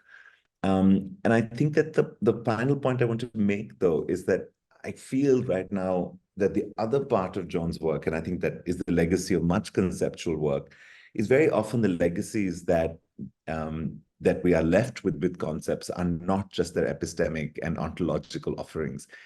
It's actually a relationship to the ethics of knowledge production and practice. It is about listening in particular ways. It is about making arguments that are just as normative as they are analytical, that are just as political as they are technical, that are just as ethical as they are accurate or rigorous or representative. And I feel in many ways right now that kind of ethical power of John's approach to knowledge at a time when some of the ideas that we have just been talking about, upgradation, supporting people's own construction, self-built housing, have actually become ideas that are no longer in the center of a lot of our housing landscapes across the world. Contemporary scholars that write about housing tend more to write laments. We are facing commodification. We are looking at deep financialization. I don't think that it is an accident that someone like Jaque Leonik's work out of Sao Paulo uses the word urban warfare to think about financialization and housing. We are also seeing new challenges in ways in which technology and the technical are re-entering a lot of both housing scholarship as well as housing practice, and the sort of dreams of technology that will set us free through new technology of building materials and everything from 3D printing to sustainable design, and this desire for the technical fix that can actually politically displace so many of our more political approaches to housing that are rooted in life and time, I think is as an ascent again. I think that there is also a return in many ways to the emphasis on building and construction rather than retrofit and repair. There is both the political and technical promise on the idea of new housing, a return to the idea of mass production. We are seeing, after many decades in cities across the South, the production of massive housing blocks with multiple density type apartments everywhere from Delhi to Mumbai to Addis Ababa to Sao Paulo. And I think that we are at a moment in which sort of as the centrality of thinking of working with what has already been built has been displaced from the center of our imagination. And I think at this point, more than ever, what we need to hold on to and to push back against a lot of this is not just the analytics of John's work, which of course gives us the ideas to fight for, but also the ethic of his work and the courage of that work. And so I often find myself being grateful for both those legacies in very different contexts, because I do think that we have to take seriously at this point that the ideas that we're celebrating today are ones that we need to be fighting for today. They're not being given to us. In fact, many other ideas are competing to displace them and their centrality. So in some sense, this is another play of time where ideas that John sought to introduce and normalize and that had a moment where they really entered into our imagination, another cycle of time has moved, and they aren't quite as compelling in practice as they used to be. And I think it is our testament to his legacy to fight to return them in some ways to centrality again. So I'll stop here, not with a note of caution, but actually just with a reminder to myself and to all of us that bearing the legacy of work like this is also to reaffirm our commitment to stand by and fight for the conditions of possibility that could make those ideas and that ethic back to the central point of our housing question. And it's going to be a struggle to do that. And I'm grateful to have his ideas, his words, and his shoulders to stand on. Thank you so much, Roxanne. A big round of applause. I think that, many important things that you said there, but I want to at least stay with one particular thought, which is this idea that treasuring is not just a celebration of the past, but an active engagement with it to make it part of the present and the future. And I think that it takes only to actually look at, perhaps not so much at planners and international donors and so on, but to look at social movements to see that many of these ideas are adapting. Many of those notions that we are talking about around grassroots control, around engaging with the responsible state and so on, are emerging through the push of many social movements, particularly across Latin America, I would say, through policies, a new generation of policies that talks and supports the social production of housing. We could have another chat about that, but I think that we really need to engage with those examples. They're amazing examples, until recently very much alive in Argentina, now not very much shocked with our presidential change, but still very much alive in the context of Brazil and Venezuela. More to talk about, but I think that we will need another session. But I also believe that you put some ideas, Gautam, in the table that also give us a perfect transition to introduce Tim. Because Tim Wixon, who is a lecturer in urban development planning at the DPU, with a background working in community-led housing, both abroad and also in the UK, and this is also something quite important that we're going to bring into the table, is going to take us through the current work. How is that the DPU is adapting, is drawing still on the work of John in its current work, whether it's through teaching and research, but also responding to a mutating and changing context. And of course, Gautam mentioned a few things. I mean, at the time in which John was writing and talking and documenting, we were not witnessing a process of hyper-financialization of housing like the one we witness today, which changes completely the game, or many elements of the game, of what role is there for incremental housing and how can it best be supported. Tim, it's a real pleasure to have you with us. The floor is yours. Thank you very much. So I'm going to try and be brief. I think a lot of what I wanted to say today has been touched upon by other people, and for the interest of brevity, I'm going to go quickly over the thanks. So obviously I've got a big thanks to Karen and Adriana for inviting me here on the panel, to our other panelists who sometimes are here but not at the moment, for very insightful contributions, and of course Catherine is in the room with us. And of course to John, I think is a really important thanks to put on the table here. We have to offer condolences to his friends and family, but we also have to thank John for laying the foundations for a lot of the work that we as scholars or researchers and teachers at the DPU do today. So when I was thinking about what I was going to say today, Karen and Adriana suggested I say a little bit of something about how we are still working with John's ideas here currently in our teaching, and then also try and cast forward, maybe put a provocation on the table about what we need to do to take John's principles forward into this kind of changing and sort of sharpening landscape of housing questions. I won't dwell, because in the interest of time, too much on this kind of principles of John's work that we take forward. A lot have been covered already, but maybe just to say three quick points. I think for me, certainly in the housing module that I teach here, it's really important that John's work is used to sort of set the scene for why we need to do housing and planning otherwise. And his work is really central to making this case for carving out spaces for community-led practices as an alternative to top-down or state-driven or increasingly state-enabled but market-led responses to the housing questions. And his work really helps us make this point that actually often these approaches are frequently neither appropriate nor affordable nor adequate. And so that's something that has been an important sort of foundation of the arguments we build at the DPU to think and do housing and planning differently. The second point, and Karen mentioned this earlier in her introduction, was this key role that John's work does for us in making the case for the need to reframe some of the key urban problems that we're dealing with, and not to accept them at face value, but instead to repose the questions. And I think here his insistence that informal housing practices be recognised as valuable resources, as opposed to some sort of aberration to be expelled or expunged from the city, is fundamental, and we still put that on the table as a sort of a key jumping off point to think and do housing differently. And Gautam we had on the panel here, his work on repair is something that we can clearly draw a line to, and as he said himself, from this idea of sort of needing to reframe the problems to recognise incrementality and create a new vocabulary of planning, that's something that is clearly connected, and as Gretan was saying, it's a project that continues. And then the third point, which I think relates to the other two, and we've mentioned much this evening, is this key conceptual change from housing as a product to housing as a process, from a noun to a verb. For all of us, or for many of us here, this goes without saying, and I like Gotan's point that it was, it's a great starting point to be able to have these ideas imagined that we can then go out and argue for.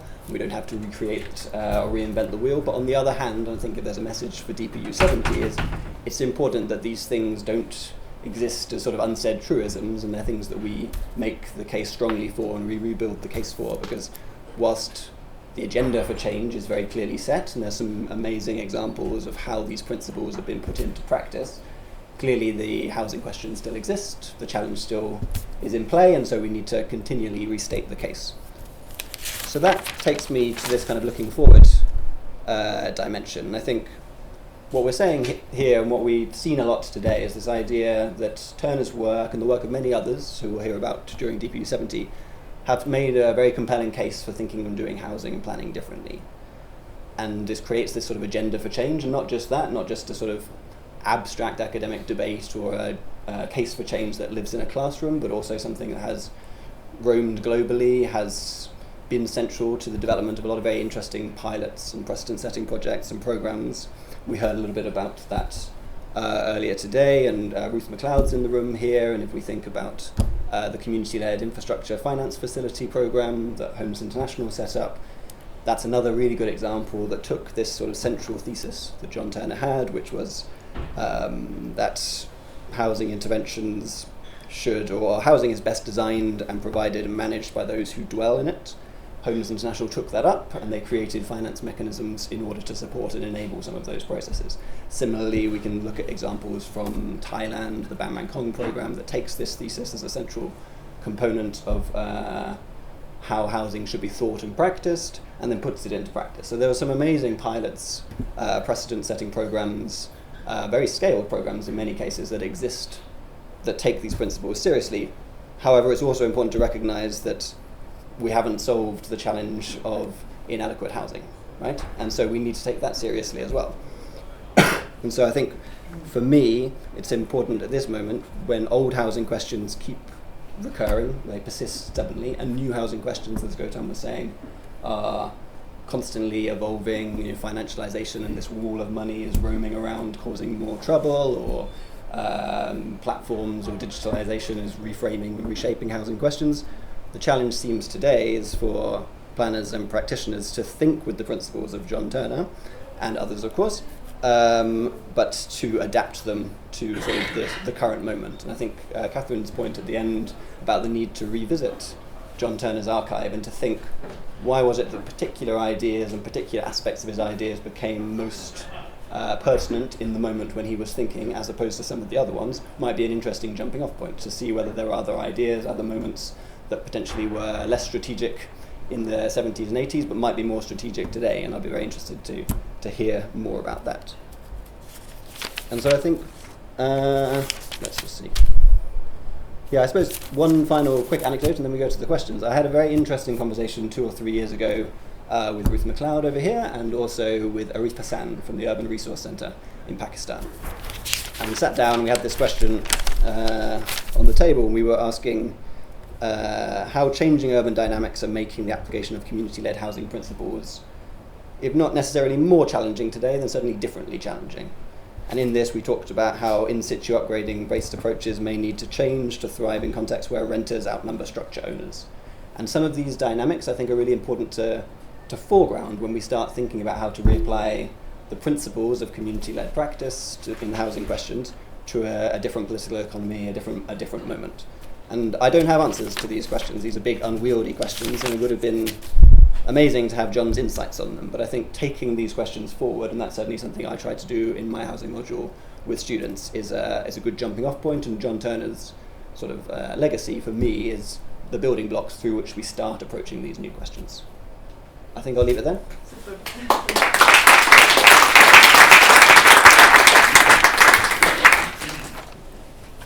If you can, and Catherine as well, if you can come there, we will I cannot not share how much we struggled to limit, the number of speakers at this session, because any of you who have been, equally central to, or any of you online equally central to this provocation and this invitation to visit Sean's work. So, and legacy. So what we want to do next, I know we are really almost at the time of the program or schedule session, but I hope we can get, like yesterday, 15 extra minutes. Is that, you think, okay? Yeah, probably. Well, okay, if you need to go, if you need to leave, same for those online, that's fine. But let's try to aim for that. And before opening the floor, just to get some of the comments and observations or questions that are coming online or might come from the floor, I just want to give the floor very briefly to two people who also knew Sean very well. And again, I know that this extends to many more of you. But so, apologies for not being able to have the time to include absolutely everyone in this exercise. One of them is Han Verschure. Han Verschure worked for many years with Sean. In fact, they met in Vancouver 1 in 1976. And Han was even ready to come all the way from Leuven to London to be part of this event. So we invited him to say a few words. If you can make it 3 minutes, Han, and no more than 5, that would be fantastic. Many thanks. We cannot hear you. I think that you are, yeah, okay? Han, sorry, we cannot hear you. No, Han, we cannot hear you. The usual. You need to change your, unplug your headphones. I think it's the easiest.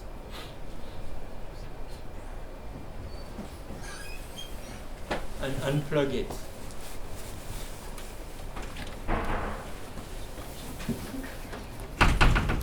So it has been a real journey today. But it's quite nice to connect us geographically as well across the world. Try and speak, Han. No? Shall I do something while we wait for Han to sort out his headphones? I want to go to another person that I wanted to invite, which is Chef Payne, who we know also. We have the pleasure to have as a colleague, and in my case as a tutor at the DPU many years ago, when he was leading the masters in urban building and urban design.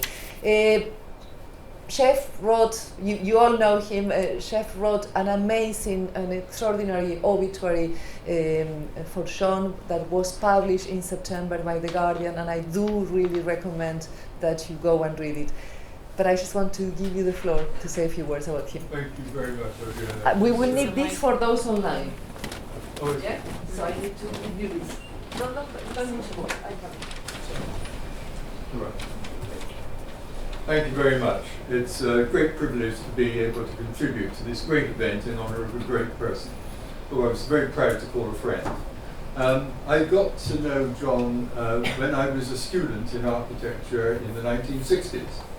And I was an avid reader of a magazine called Architecture Design, which was referred to by Pat.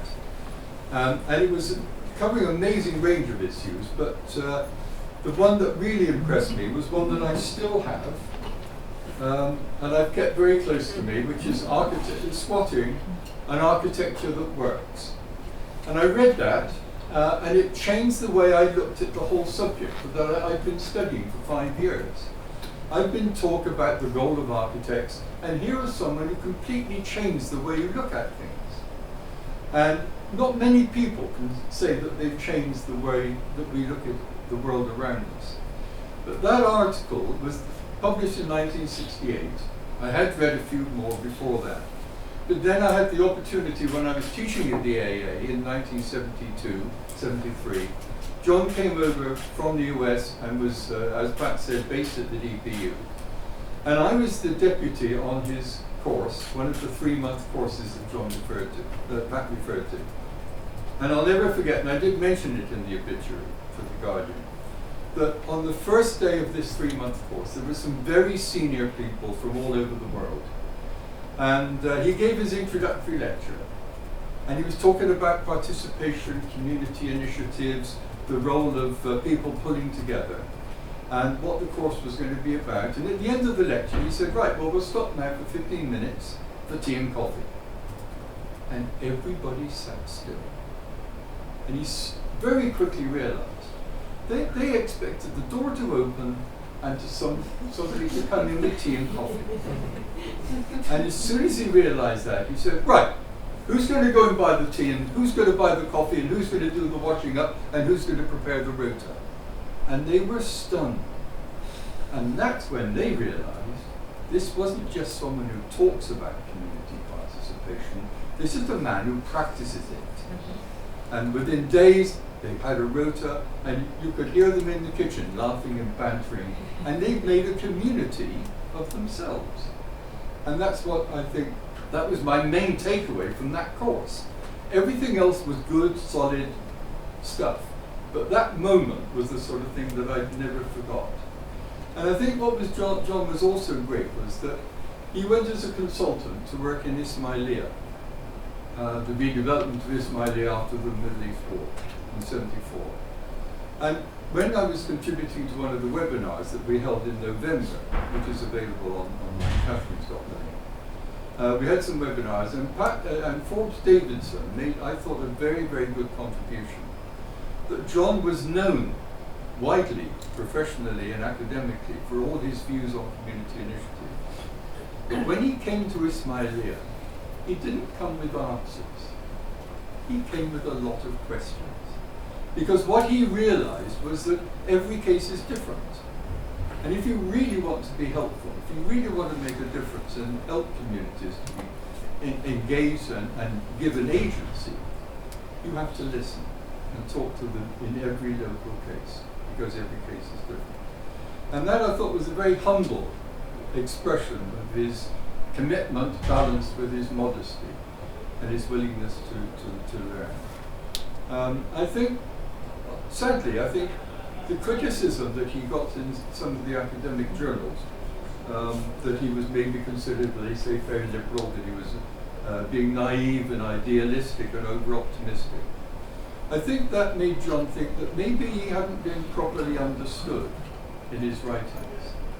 And towards the latter years, I thought he became rather more focused on definitions of terms than was perhaps necessary.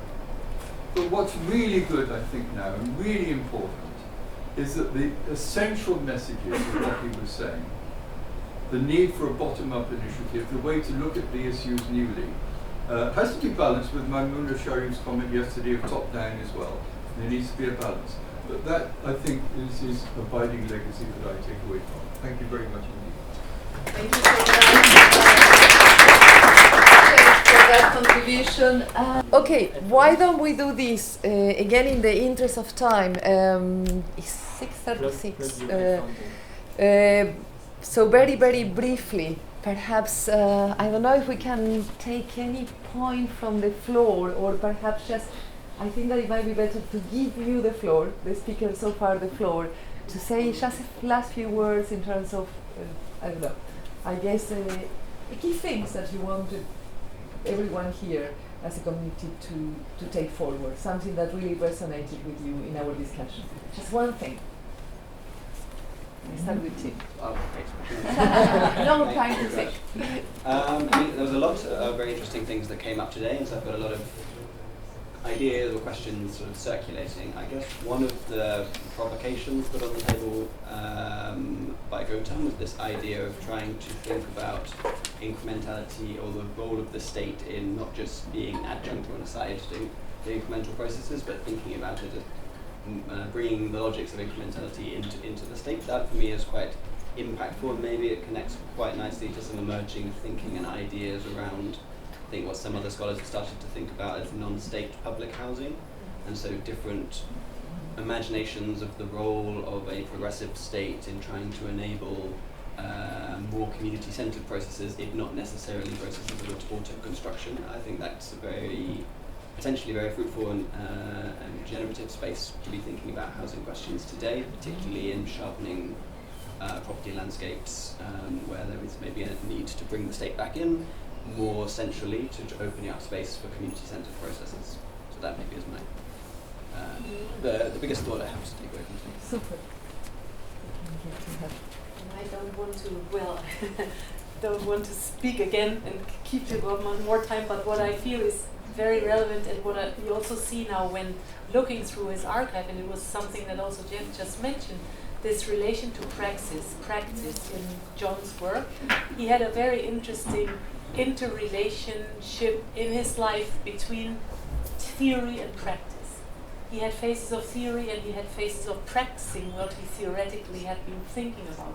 And I think this is something in here, in the DPU and in this context, is also very important to have in mind as a way of living architecture and as a way of living and practicing and thinking housing, for instance, and thinking or our urban relationships in a way of how he did that. And that's something I think you already do, but this is something really interesting to see and to apply in the theoretical and in the practical approach towards architecture, housing, urban studies. Wonderful. We have a few very interesting comments on online. I don't think, again, that we're going to have time to go through them. They are very much, I think it's quite nice to see how connected comments coming online are with the discussion we have been having on the floor. Perhaps for me to add two things, I think that what is coming through, we talk a lot about the work of Sean in housing, but also we started to introduce the wider work and the work that he did on how we learn. And I think that Sean's work is not only an invitation for to think differently about housing, but to think different about what is to be a planner. There is a piece that we still always use with our students, which is about learning in a time of paradigm. And he precisely really proposes a very humbling pathway to what does it mean to be a planner at a time of very fast and shifting paradigms. One final thing that I would take away is I think that we did talk quite a bit about this very critical relationship between grassroots control of a housing process that you put very nicely, Tim in particular, and the relationship with the state and the responsibility of the state to have a lot to do with that, with its resources and so on.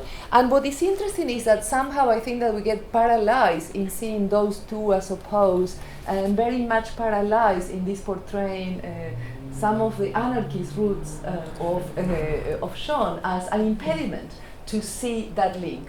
I think that what Sean put on the table is very much the possibility of a counter-hegemonic, if you wish, generation of housing policies, where you have the state, or when you have, and where you also have grassroots control over the housing process that matters to them, which is quite a different thing. I wouldn't see that at all as a naive proposition. I think that what we find very often is that strongly counter-hegemonic propositions are of course sidelined as being naive, unfeasible, and so on, and I think that that very much applies to the work of Sean. So for me, really, that word that we haven't used at all, but I think that is very strong in all his work, is this idea of how to be and remain counter-hegemonic.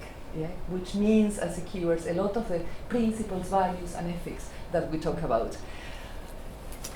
Before we all leave, I want to thank again everyone. So if we can have another round of applause for the speakers online and in the room.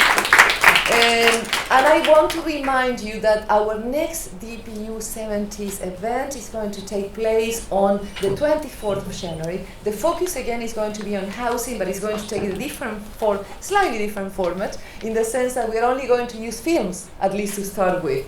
There will be 3 films. You will find more details on the website. So remember, 24th of January, DPU70 Film Festival, with the first screening starting with contributions by several colleagues, including Rita Lambert, who is with us today. Thank you very much to all, and have a lovely evening. Thank you. Thank you to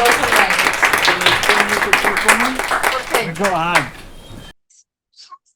Okay. Just a few Okay, we have. I have three short points. Of course, I've known John since the late 60s, early 70s. We were together at Vancouver 76. But it's through John, and that's what I'm very grateful to John, is that I met so many interesting colleagues, older generation now, Pat Wickley, um, but also people like Colin Rosser, who has passed away, Reinhard Goethert, Nabil Hamdi, you name them, Babar Mumtaz, and of course the younger generation like yourself, Adriana and Karen, etc., etc. So that to me in itself is already a blessing, that I've had so good contacts with many people in different parts of the world, and I say that because not only with academic people but also with community people. The best example I can give is that I know, and I've worked with Samsuk Bunyabansha since she was a student. She was a student when I first started working at Asian Institute of Technology. And we grew up together, we grew old. She is now a bit more gray hair, and we've always worked together since then. And, practice what also John has preached.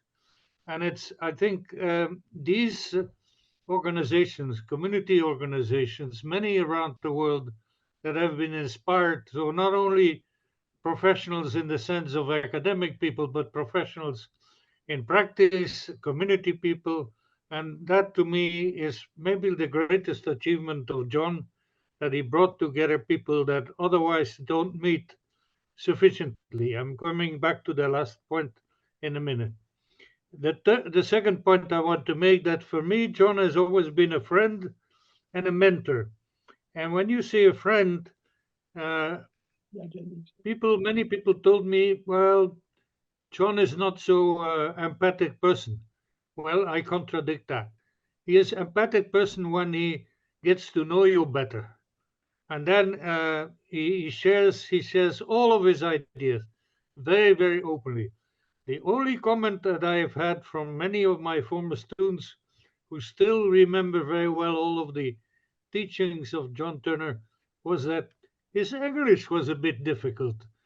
And I have to admit that was true for me in the beginning also. But that's the only voice of criticism I've ever heard. And so of course he has been a mentor for me. That's undoubtedly so, and I'm extremely grateful. The last time I saw him was a few years ago. I visited him in Hastings. He was not feeling very well, but as it turned out, he was much better than I had expected. The last point I wanted to make, that is, why is it that so few academics, I mean, I was talking about the professionals, so few academics really have listened to his message? Well, I have only one explanation.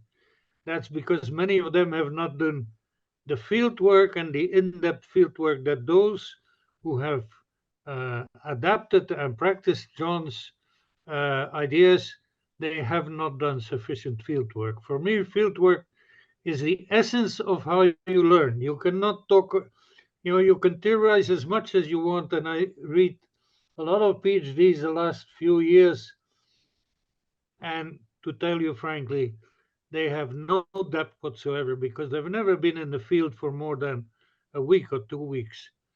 The same thing is true, and that's a sad thing. Why are politicians and also entrepreneurs in the building sector not listening more to this message? Well, it's very simple. Today, certainly in continental Europe, I don't know how it is in UK, but in Belgium, the power is with the real estate developers. Professionals have nothing to say. On the contrary, they get thrown with all kinds of threats from lawyers, etc., if they open their mouth and try to block and try to argue for more social housing or affordable housing.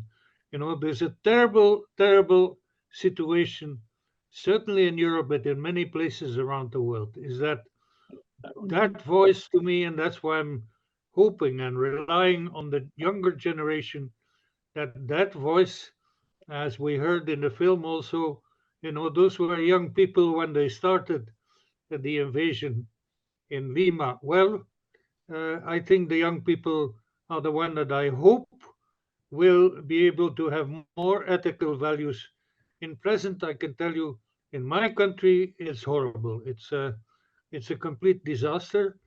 But anyway, we are a rich country, and that's even more shame. But there are countries like Finland who is starting to realize that and reorienting themselves. But it will be up to the younger people to fight more. So thank you very much. Thank you so much. And perhaps I think that, one key thing that we need to recognize before we leave is that Sean has also the power to ignite a very powerful discussion among us. So perhaps a last round of applause is to Sean for doing that.